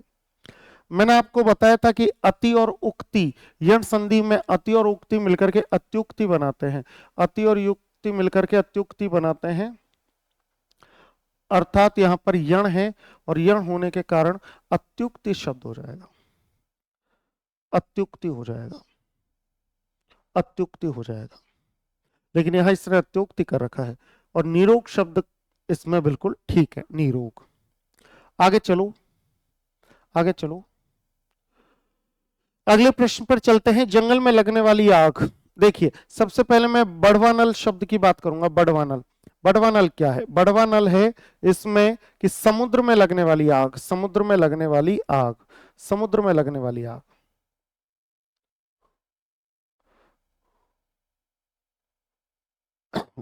समुद्र में लगने वाली आग। अगर मैं आपसे कहूं दावानल, दावानल जंगल में लगने वाली आग, जंगल में लगने वाली आग, जंगल में लगने वाली आग। अगर मैं आपसे कहूं जठरानल, तो बहुब्री में ये वैसे तो बहुब्री में चला जाएगा, अन्य पद प्रधान है। जठरानल अर्थात भूख, है ना, जो भूख के कारण पेट में चूहे कूदते हैं उसको जठरानल बोलते हैं। तो पेट में लगने वाली आग, पेट में लगने वाली आग जठरानल। और अगर मैं कामानल शब्द की बात करूं तो काम वासना के रूप में लगने वाली जो आग है वो क्या है? काम रूपी आग क्या है? कामानल। तो इस तरीके से है। अब उन्होंने कहा है जंगल में लगने वाली आग, तो बी उत्तर होगा। निम्न में से अब्ज और अब्द, अब्ज जो शब्द है, अब्ज जो शब्द है, इस अब्ज शब्द का अर्थ होता है कमल, और क्योंकि अप यानी पानी यानी देने वाला, और ये जो अब्द शब्द है इसका अर्थ होता है बादल, इसका अर्थ होता है बादल। सॉरी, अब्ज का मतलब होता है कमल, जल में जन्म लेने वाला, और अब्द जल देने वाला, ये क्या हो गया? बादल। तो कमल और बादल, इसका जो शुद्ध सही विकल्प होगा वो ए होगा। बुद्धिहीन होने पर भी धनवान, बुद्धिहीन होने पर भी धनवान के लिए निम्न में से उपयुक्त है। तो बुद्धिहीन होने के बाद भी धनवान का है कि आंख का अंधा और गांठ, आंख के अंधे और गांठ के पूरे। निम्न में से अमीय शब्द, ये देखो, ये विष जो है वो तो जहर का है। आम्र आम का है, जिसको अतिसौरभ भी बोलते हैं, अतिसौरभ भी बोलते हैं, है ना, अतिसौरभ भी। मधुप भौरा का है, भौरा। मधुप गुनगुना कर कह जाता कौन कहानी यह अपनी, तो मधुप भौरा का है। और भौरा का होने के कारण भौरा को आप अली भी कहते हो, या तो आप अली कह सकते हो और आप इसको आली भी कह सकते हो, है ना, ये भी इसके पर्यायवाची हैं। और सुधा होता है अमृत, सुधा होता है अमृत, जिसको संस्कृत में अमीय बोला जाता है, अमीय, है ना। संस्कृत क्या, अमीय जो शब्द है वो अमृत और अमीय, सुधा, ये सब पर्यायवाची हैं। तो इसका जो उत्तर होगा वो कौन सा होगा? डी होगा। आगे चलो कि निम्न में से अन उपसर्ग से बना शब्द नहीं है। अगर मैं अन में अन्य जोड़ दूं, अन्य जोड़ दूं तो ये बनेगा अनन्य, ये बन जाएगा अनन्य। अगर मैं अन में आप्त जोड़ दूं तो ये शब्द बन जाएगा अनाप्त। अगर मैं अन में इच्छुक जोड़ दूं तो ये शब्द बन जाएगा अनिच्छुक। अनिच्छुक, है ना, ये तो ये बात हो गई।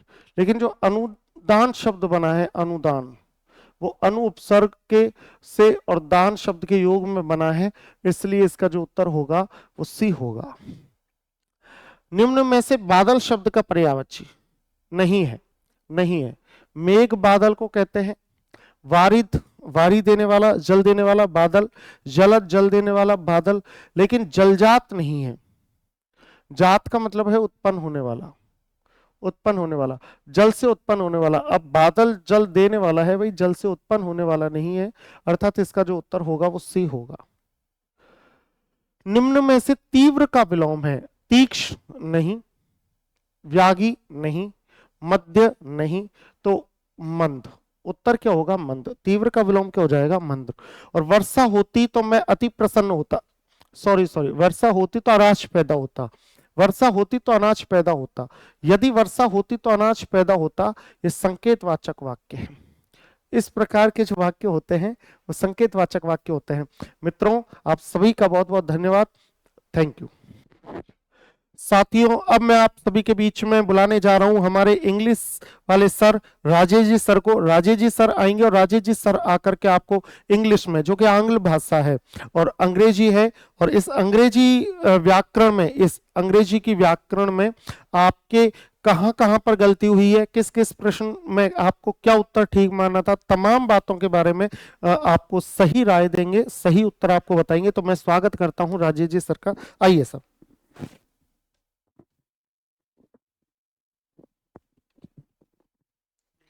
सर का बहुत बहुत धन्यवाद भी। तो अपने आज क्वेश्चन करेंगे जो आपने,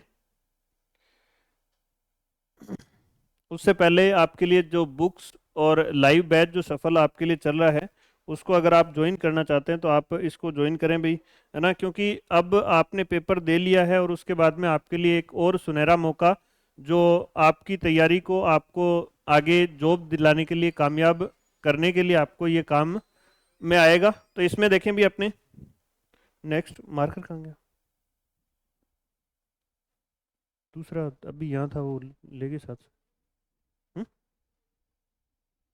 चलो ठीक है भी। तो अपने नेक्स्ट इसमें क्वेश्चन करेंगे। सबसे पहले आपके पैसेज आया था भी, उम्मीद करता हूँ आप सभी ने अच्छे से पैसेज किया होगा, किसी को भी कोई दिक्कत नहीं आई होगी। पैसेज अपना एवरेज था, ना अपने मुश्किल ना हार्ड, जैसे इजी था, दोनों मीडियम सा अपना पैसेज था। ठीक है, तो ठीक है, तो आपने पहले पैसेज पढ़ते हैं। मैंने आपको वैसे तो कहा था एग्जाम के अंदर आपको क्या करना है अभी, एग्जाम के अंदर आपको सबसे पहले क्या करना था, आपको क्वेश्चन पढ़ने थे और उसके बाद में आपको आंसर करने थे, जो आपका इम्पोर्टेंट, जैसे जो आपको लगे कि भी इससे आपको आइडिया लग जाए कि कौन सा वाला अपने को राइट आंसर करना था, है ना। तो इसमें आपको आंसर, सबसे पहले अपने पैसेज पढ़ लेते हैं, उसके बाद में आंसर करेंगे। Read the following passage and answer the questions, answer the questions. आपके 3 पैसेज से रिलेटेड 3 ही क्वेश्चन थे, तो ये आपने अच्छे से किए होंगे। To avoid the various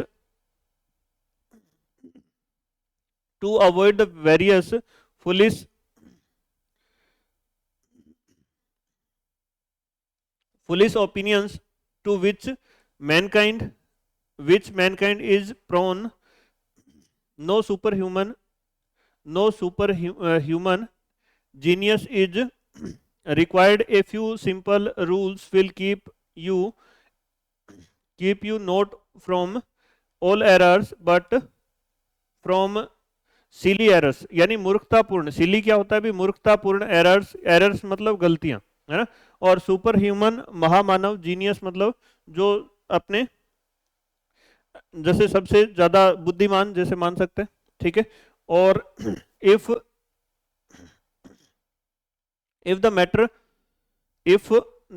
matter is one that can be settled by observation, observation मतलब निरीक्षण, है ना, निरीक्षण, मेक टू ऑब्जर्वेशन योरसेल्फ, यानी स्वयं के द्वारा।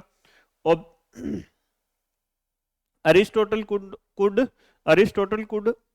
हैव अवॉइड मतलब होता है नजरअंदाज करना, द मिस्टेक ऑफ थिंकिंग, यानी मिस्टेक गलती, of thinking that women have fewer teeth यानी कम दांत, ठीक है, कम दांत होते हैं देन मैन, यानी अरिस्टोटल का सोचना, ठीक है, Aristotle could have avoid the mistake of thinking, Aristotle को अवॉइड करनी चाहिए थी कि भी जो महिलाओं के दांत हैं वो किससे ज्यादा, तो इसमें अपने Aristotle could have avoid the mistake of thinking that woman have fewer teeth than man, यानी अरिस्टोटल का सोचना, Aristotle could have avoid the mistake of thinking that woman have fewer teeth, यानी जो महिलाओं के दांत हैं वो पुरुषों से कम होते हैं, by the simple device of asking Mrs Aristotle to keep her mouth open while he continued, he counted का मतलब गिनना, he did not do so because he thought he knew, ठीक है, thinking that you know when in fact, यानी in fact वास्तव में, you don't नहीं जानते, the is a fatal mistake of mistake to which we are prone, ठीक है, prone, तो इसमें आंसर करना है भी आपको, जल्दी से आंसर करो इसमें, which fatal mistake of the people, which fatal mistake का मीनिंग क्या भी अपने, फैटल मिस्टेक जानलेवा गलती है ना, what fatal mistake most of people make, यानी ऐसी कौन सी जो अपने फैटल मिस्टेक जानलेवा जो आपने गलतियां हैं वो करते हैं सारे लोग, मोस्ट ऑफ पीपल यानी लगभग सारे लोग, मैक यानी करते हैं, तो इसमें आपका आंसर आना चाहिए था भी, कौन सा आंसर किया, जल्दी से एक बार अपने आंसर लगा दो, ठीक है, तो इसमें बता दो भी जल्दी से आंसर इसमें क्या किया था, मेकिंग जजमेंट निर्णय लेना, thinking that they know when if in fact they don't, thinking that they know when in fact they don't, और committing silly errors observing things from themselves, तो इसमें आपका राइट आंसर कौन सा लगाया होगा भी आपने, जल्दी से बताओ भी, जल्दी से इसमें आपने कौन सा आंसर लगाया था भी, इसमें आपने क्या जाएगा, thinking that they know when in fact they don't know, they don't, तो यहां इसमें लिखा हुआ है ये वाला है ना, thinking that you know when in fact you don't, तो इसमें आपको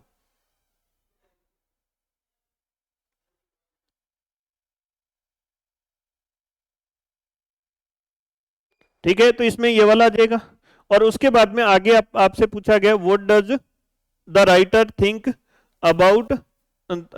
ऑफ अरिस्टोटल, तो इसमें आपका आंसर बताना भी अपने, he was genius, he was foolish का मतलब होता है मूर्ख, जीनियस मतलब विद्वान, और ही हैड ग्रेट ऑब्जर्वेशन यानी निरीक्षण की शक्ति, उसके पास ही हैड ग्रेट ऑब्जर्वेशन यानी उसके पास ग्रेट ऑब्जर्वेशन की शक्ति थी, ही thought he new even when he didn't, he thought he new even when he didn't, तो इसमें ये वाला अपना राइट आंसर हो जाएगा भी। नेक्स्ट क्वेश्चन आपका इसमें आंसर बताएं भी आपने क्या लगाया, what is the required to avoid silly errors, what is required to avoid silly errors, तो इसमें आपने क्या आंसर किया था, जल्दी से आंसर करें भी अपने, सुपर ह्यूमन, ठीक है, या फिर extraordinary thinking continue observing oneself, counting one's teeth, तो इसमें आपका क्या आ जाएगा भी, ये वाला अपना राइट आंसर हो जाएगा, observing by one self, next question आपके सामने, इसमें आपको करेक्ट स्पेलिंग बतानी है, find out the word correctly spelled, तो इसमें आपको स्पेलिंग बतानी है अभी अपने। कॉन्फिडेंस, कॉन्फिडेंस में इसके अंदर कौन सी स्पेलिंग आपकी सही होगी भी? CONFIDENCE या फिर CONFIDENCEDENSE, और यहाँ CONFIDENCE और CONFFFIDENCE। तो इसमें ये वाला अपना क्या हो जाएगा? राइट आंसर हो जाएगा। याद रखना यहाँ कॉन्फिडेंस की स्पेलिंग क्या हो जाएगी भी अपने? CONFIDENCE। तो ये अपना राइट आंसर हो जाएगा। इसके बाद में complete the sentence with the suitable articles. तो आर्टिकल बताना है इसमें। आपने क्या आर्टिकल लगाया था भी? जल्दी से आंसर कर दो। बिल्कुल भी कुछ आंसर आपके ठीक आ रहे हैं, कुछ आंसर आपके गलत बता रहे हैं। तो जिन्होंने गलत किया है, गलत आंसर लगाए, थोड़ा सा उनको शायद मिस्टेक कहाँ रही होगी भी? यहाँ इसमें ई और ए के अंदर मिस्टेक रह सकती है भी, है ना। तो ये वाली चीज आपको याद रखनी है। इसमें CONFIDENCE इसमें राइट आंसर हो जाएगा। देखें, there is fish in blank space बोतल। तो आप देखें फिश बहुत सारी हो सकती है, कोई भी फिश, जैसे बोतल में हो सकती है, लेकिन बोतल क्या होगी भी अपने? फिक्स होगी। तो यहाँ इसमें देखें, यहाँ इसमें क्या आना चाहिए भी अपने? फिक्स। इसमें अपना ये वाला राइट आंसर आ जाएगा। देखें इसमें एन नहीं आएगा, फिश से पहले क्या नहीं आना चाहिए? फै साउंड आ रहा है, तो डी तो अपना किसी हालत में नहीं होगा। और बाकी इसमें अपना राइट आंसर क्या हो जाएगा? बोतल फिक्स है और अपने फिश है, वो कोई भी अपने फिश हो सकती है। देयर इज ए फिश, ठीक है, there is a fish in the बोतल, ठीक है। बोतल के अंदर अपने एक फिश थी, ये वाली चीज अपने कह रहे हैं। और उसके अलावा जब इसका दोबारा जिक्र करते तो अपने क्या लगाते भी? अपने द आर्टिकल का यूज करते। तो ये वाला अपना कंप्लीट भी यहां तक। Complete the sentence with correct preposition. अब इसमें लिखा हुआ है एक्टिंग, इसमें आपको बताना है विद आएगा, इन आएगा, बिसाइड्स आएगा या फिर ओन आएगा। Acting, Aamir Khan is also interested in social work, सामाजिक कार्य। इंटरेस्टेड का मतलब क्या होता है भी? रुचि लेना, है ना। इंटरेस्ट का मतलब क्या होता है? रुचि, ठीक है, रुचि। तो यहाँ इसमें देखें, मैंने आपको अच्छे से बताया था अपनी क्लासों के अंदर। तो इसमें बिसाइड और बिसाइड्स, बिसाइड्स के अलावा, बिसाइड्स के अलावा मैंने आपको याद करने के लिए बताया था SIDE, ठीक है, साइड, बी साइड यानी के बगल में। साइड का मतलब क्या होता है? बगल, ठीक है। तो साइड, बी साइड, तो बिसाइड्स और बिसाइड। तो यहाँ इसके अंदर क्या आ जाएगा भी? के अलावा। इसका अपना मीनिंग हो जाएगा besides acting Aamir Khan is also interested in social work. तो यानी एक्टिंग के अलावा आमिर खान किसके अंदर इंटरेस्टेड है भाई? अपने सोशल वर्क के अंदर इंटरेस्टेड है। तो ये वाली चीज आपने पढ़ी थी, उम्मीद करता हूं याद होगी एग्जाम के अंदर। अब इसमें आपको आंसर करना है, इसमें चूज द करेक्ट सेंटेंस। इसमें आपको राइट सेंटेंस चुनना है।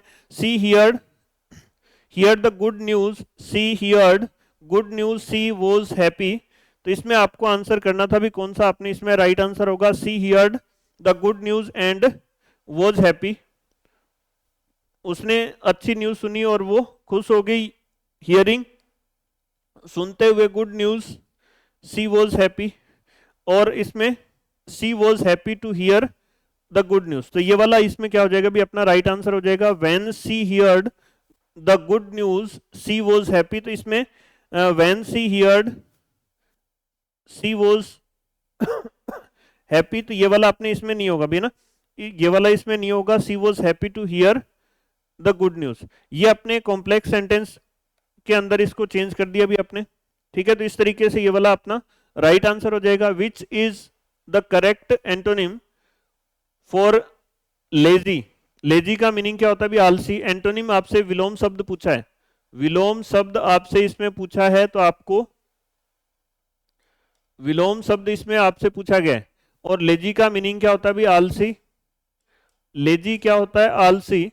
तो आलसी का क्या हो जाएगा भी अपने? स्लो थोड़ी होगा, स्लो का मतलब तो धीरे हो गया, ठीक है। और लिथर्जिक और अपने लल, तो इसमें क्या हो जाएगा? एक्टिव अपना इसमें राइट आंसर हो जाएगा, ठीक है। इसमें fill in the blank, please give me blank space, यहां मिल्क लिखा हुआ है, याद रखना अपने। Please give me blank space milk लिखा हुआ है, मैंने आपको बताया था आर्टिकल ए और एन का यूज अपने कब करते हैं भाई, ए और एन आर्टिकल का यूज अपने कब करते हैं, जब अपने इसके बाद में सिंगुलर नाउन होती, तो यहां अपने सिंगुलर नाउन नहीं है, अनकाउंटेबल नाउन है, तो इससे पहले ये दोनों अपने आंसर गलत हो जाते। और फ्यू लिखा हुआ है तो फ्यू के बाद में few, F you, the few के बाद में मैंने आपको बताया था कि भी इसमें क्या लगाना होता है, भी अपने प्लूरल नाउन आती है और काउंटेबल नाउन आती है ना, काउंटेबल प्लूरल नाउन आती है, तो इसमें आपने ये वाला नहीं किया होगा उम्मीद करता हूं, तो यहाँ इसमें क्या आ जाएगा, सम इसमें राइट आंसर हो जाएगा। तो यहां तक आपका क्लियर। उसके बाद में इसमें किस किस के सही हुए, कितने कितने सही हुए, लास्ट में आपको ये भी बताने अभी, है ना। और उसके बाद में आगे अपने which of the following sentence is correct sentence, ठीक है, तो इसमें आपने क्या आंसर किया अभी जल्दी से बता दो, ठीक है, जल्दी से इसमें आंसर आने चाहिए आपके। यहां देखिए मैंने आपको बताया था बॉयज और अपने लाइक्स, बॉयज जब प्लूरल होगा वर्ब के साथ एस लगता है तो वर्ब कैसी हो जाती है, सिंगुलर, ये मैंने आपको बताया था।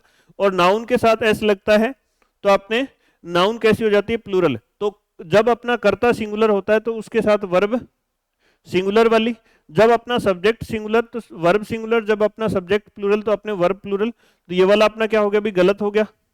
उसके बाद में सीता लाइक्ड टू स्विमिंग, इसके बाद में टू स्विम आना चाहिए था, ये वाला गलत हो गया। दे लाइक्स, अब यहां लाइक्स नहीं आएगा, लाइक होता तो ये क्या होता भी अपना सही होता, they likes, they like playing cards, तो ये वाला अपना गलत हो गया। तो डू यू लाइक, अब मैंने आपको इसमें 2-3 क्लास के अंदर आपको बताया था लगातार, तो do you like to play, ठीक है। ऐप के अंदर तो ये सारी चीजें अपने जो स्टूडेंट जिनके पास ऐप था, जिन्होंने अपने क्लासें रेगुलर अटेंड करी थी, उनको तो ये सारी चीजें अच्छे से करवाई हुई हैं, किसी प्रकार से उनको कोई दिक्कत नहीं आई होगी भी, है ना।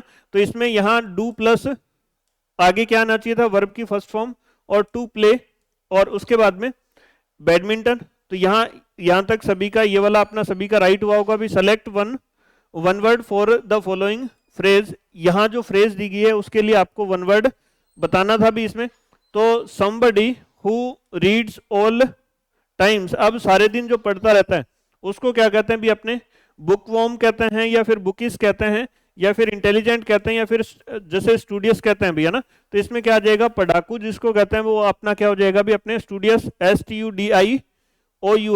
अब बुकिस क्या होता है भी, किताबी ज्ञान, इंटेलिजेंट अपने बुद्धिमान, ये एडजेक्टिव के रूप में यूज किया जाता है बुकिस। तो अगला क्वेश्चन आपके सामने, which of the following tag question is correct for the sentence, तो इसमें कौन सा अपना टैग क्वेश्चन जैसे सही है, तो इसमें आपको बताना था भी। देखें जैसे दिस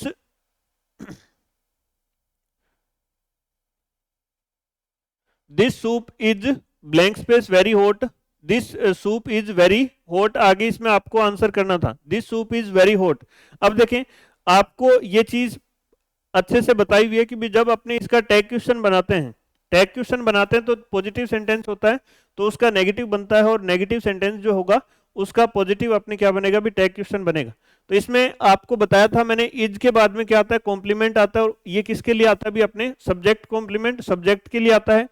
इसका अगर अपने नेगेटिव जैसे टैग क्वेश्चन बनाएंगे तो ये क्या बनेगा, नेगेटिव बनेगा, क्योंकि ये सेंटेंस अपना कैसा है, पॉजिटिव सेंटेंस है, तो पॉजिटिव के अकॉर्डिंग यहां इसमें नेगेटिव इसका क्या बनेगा, टैग क्वेश्चन बनेगा। तो ये आपका कंप्लीट अच्छे से किया होगा भी आपने। एट द मिसिंग लिंक, यानी लिंक जो आपने कंजंक्शन है वो यूज करना है। I wonder blank space see means, तो इसमें आपको आंसर करना था भी व्हाट आएगा, हाउ आएगा, या फिर व्हेन आएगा, विच आएगा। तो इसमें आंसर आपने क्या किया था, जल्दी से बता दो, जल्दी से इसमें बता दो आपने क्या किया था। इसमें क्या आ जाएगा भी, अपने व्हाट का यूज कर देंगे। यहां अगर टाइम से रिलेटेड होता तो व्हेन का यूज करते, कोई वस्तु होती, जानवर होता तो अपने इससे पहले क्या यूज करते भी, अपने विच का यूज करते। तो अब इसके बाद में आपको नेक्स्ट क्वेश्चन है आपके सामने, इसमें आपको बताना था, ये वाला तो बहुत इजी क्वेश्चन है, इसके बारे में तो खूब आपने बात करी है, खूब जैसे शुरू की क्लासें जो आपने बेसिक की जो क्लासें पढ़ते हैं उसमें मैंने आपको ये बहुत बार पढ़ाया था, और आगे जैसे अपने जो भी टॉपिक किए थे उन सभी टॉपिक्स में आपको ये चीजें बताता रहा हूं। तो इसमें भी आपने इन चीजों को अच्छे से किया होगा भी, अपना fill in the blank, she blank space English well and can answer all my questions, तो यहाँ इसमें याद रखना है क्या आपने इसमें आंसर आ जाएगा।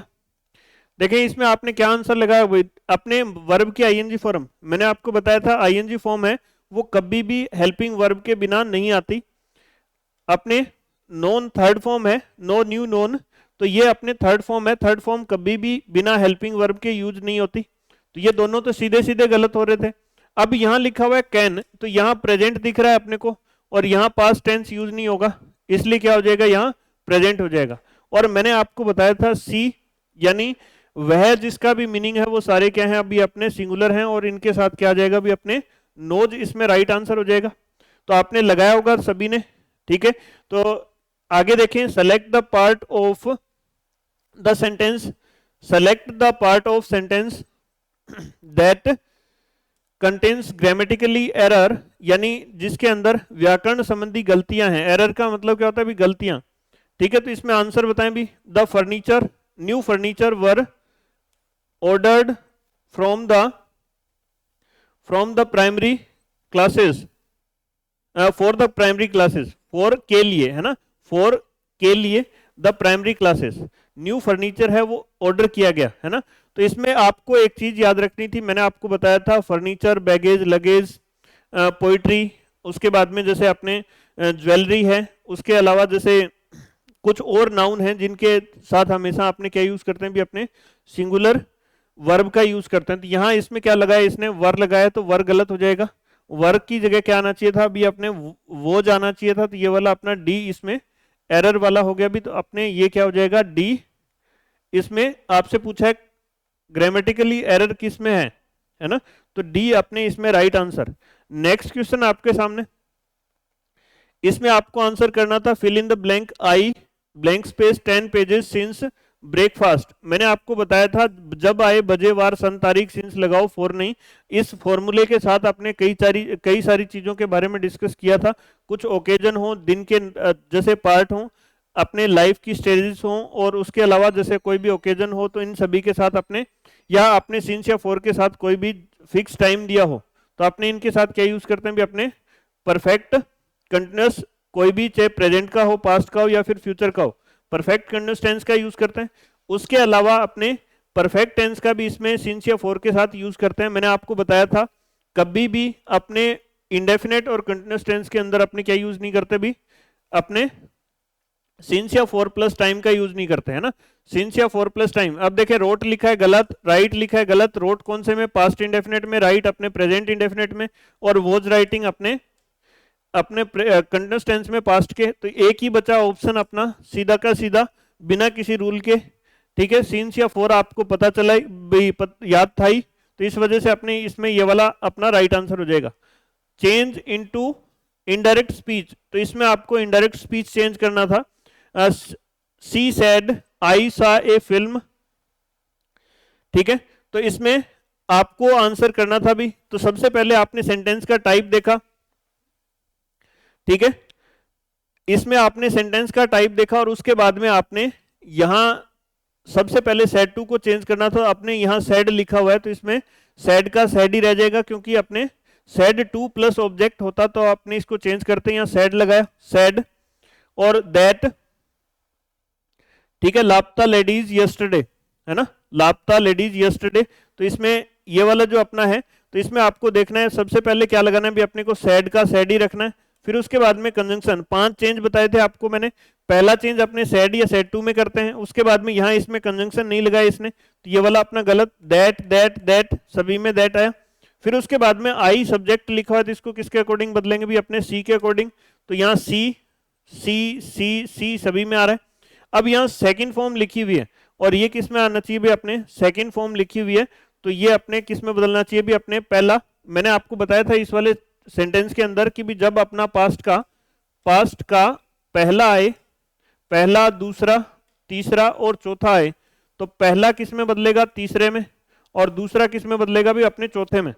दूसरा किस में बदल जाएगा, चौथे में, यानी सम संख्या सम में, विषम संख्या में बदल जाएगी। तो इसमें देखें अपने दूसरा आया है, जैसे अपने पहला आया है सी की सेकंड फॉर्म है, तो ये किस में बदलेगा भी, अपने सा में। जैसे तीसरे में बदलेगा तो हेड सीन हो जाएगा, तो इसमें हेड सीन किसी कौन से वाले में भी आपने हैज सीन कर दिया, इसने वुड सी कर दिया, या फिर अपने इसमें सा कर दिया, तो ये वाला अपना भी ये आपका क्वेश्चन डिलीट होगा भी, है ना, ये क्वेश्चन डिलीट होगा, ठीक है। ये क्वेश्चन आपका क्रॉस हो जाएगा, इसमें आपको बोनस अंक मिलने वाले हैं, है ना, इस वाले क्वेश्चन में आपको बोनस अंक मिलने वाले हैं।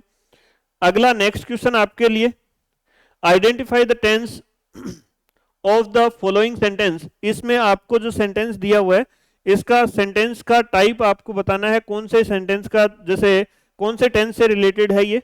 तो आपने ये वाली चीज अच्छे से याद करी थी, सिंस या for plus time for 10 years, तो ये कौन से टेंस में आता है भी, अपने परफेक्ट कंटिन्यूअस टेंस में आता है। तो अब इसमें देखें, यहाँ प्रेजेंट कंटिन्यूअस लिखा हुआ है तो गलत, यहाँ पास्ट कंटिन्यूअस लिखा है तो गलत। अब यहाँ पास्ट का परफेक्ट और पास्ट परफेक्ट कंटिन्यूअस और प्रेजेंट परफेक्ट कंटिन्यूअस दो ऑप्शन दिए हुए हैं। मैंने आपको बताया था हेल्पिंग वर्ब भी किस में रहती है भी, अपने प्रेजेंट में हमेशा फर्स्ट फॉर्म में रहती है हेल्पिंग वर्ब। यहाँ अगर हेड होता तो पास्ट का परफेक्ट हो जाता, लेकिन ये वाला अपना क्या हो जाएगा इसमें राइट आंसर, क्योंकि हैज लिखा हुआ है तो हैज प्लस थर्ड जैसे बीन, और उसके बाद में जो अपने फोर्थ फॉर्म लगी हुई है आईएनजी फॉर्म, कौन सी फॉर्म होती है भी, फोर्थ फॉर्म, तो ये वाला अपना इसमें राइट आंसर। अगला आपका आंसर है भी, इसमें आपको सिनोनिम बताना है, which is the correct synonym for the gentle. Gentle का मतलब क्या होता है भी, भद्र या सज्जन, इसका राइट आंसर होगा भी, जैसे इसमें राइट आंसर बताएं, रफ होगा, रफ खुरदरा होता है, यहाँ टफ मतलब हार्ड, और इजी मतलब आसान, और सॉफ्ट, तो यहाँ जो सॉफ्ट इसका आंसर है वो राइट आंसर हो जाएगा। क्यों? क्योंकि जो जेंटलमैन है, जो अच्छा आदमी है, सज्जन आदमी है, वो क्या होता है भी, सॉफ्ट ही तो होता है, तो यानी इसमें क्या आ जाएगा भी, अपना सॉफ्ट इसका राइट आंसर हो जाएगा। और फिल इन द ब्लैंक, इसमें आपको आंसर करना था, द स्टूडेंट डिसएग्री। अब अपने किसी से एग्री होते हैं, डिसएग्री होते हैं, तो इसके साथ क्या यूज करते हैं भी, द टीचर्स, तो इसमें विद जो अपना प्रेपोजिशन है इसका यूज करते हैं। तो यहां तक अपने सारे इंग्लिश के क्वेश्चन थे, जितने भी अपने क्वेश्चन में आपके पेपर में आए हुए क्वेश्चन थे सारे अपने आंसर किए। आप उम्मीद करता हूं आप सभी ने अच्छे किए होंगे, ठीक है। एक बार बता दें जल्दी से किन किन के कितने कितने क्वेश्चन सही हुए भी इंग्लिश के अंदर, ठीक है, जल्दी से बता दें, ठीक है भी। तो जिन्होंने पेपर किया और इंग्लिश में थोड़ी बहुत कोई किंतु परंतु रही होगी, उम्मीद करता हूं दूसरे सब्जेक्ट के अंदर पूरी होगी, तो आपको अच्छे से आगे की तैयारी करने के लिए अपने जो तैयारी कर लो ऐप है, उससे आप सफल बैच आपके शुरू हो गए, तो उनके अंदर आप एडमिशन ले सकते हैं। आगे की तैयारी आप सीटी की जारी रख सकते हैं बीएसटीसी के साथ साथ। तो आज अपने क्लास रखेंगे इतनी, सभी को धन्यवाद। पेपर आपका ठीक हुआ होगा, ठीक है भाई, तो सभी को धन्यवाद। जय हिंद, जय भारत।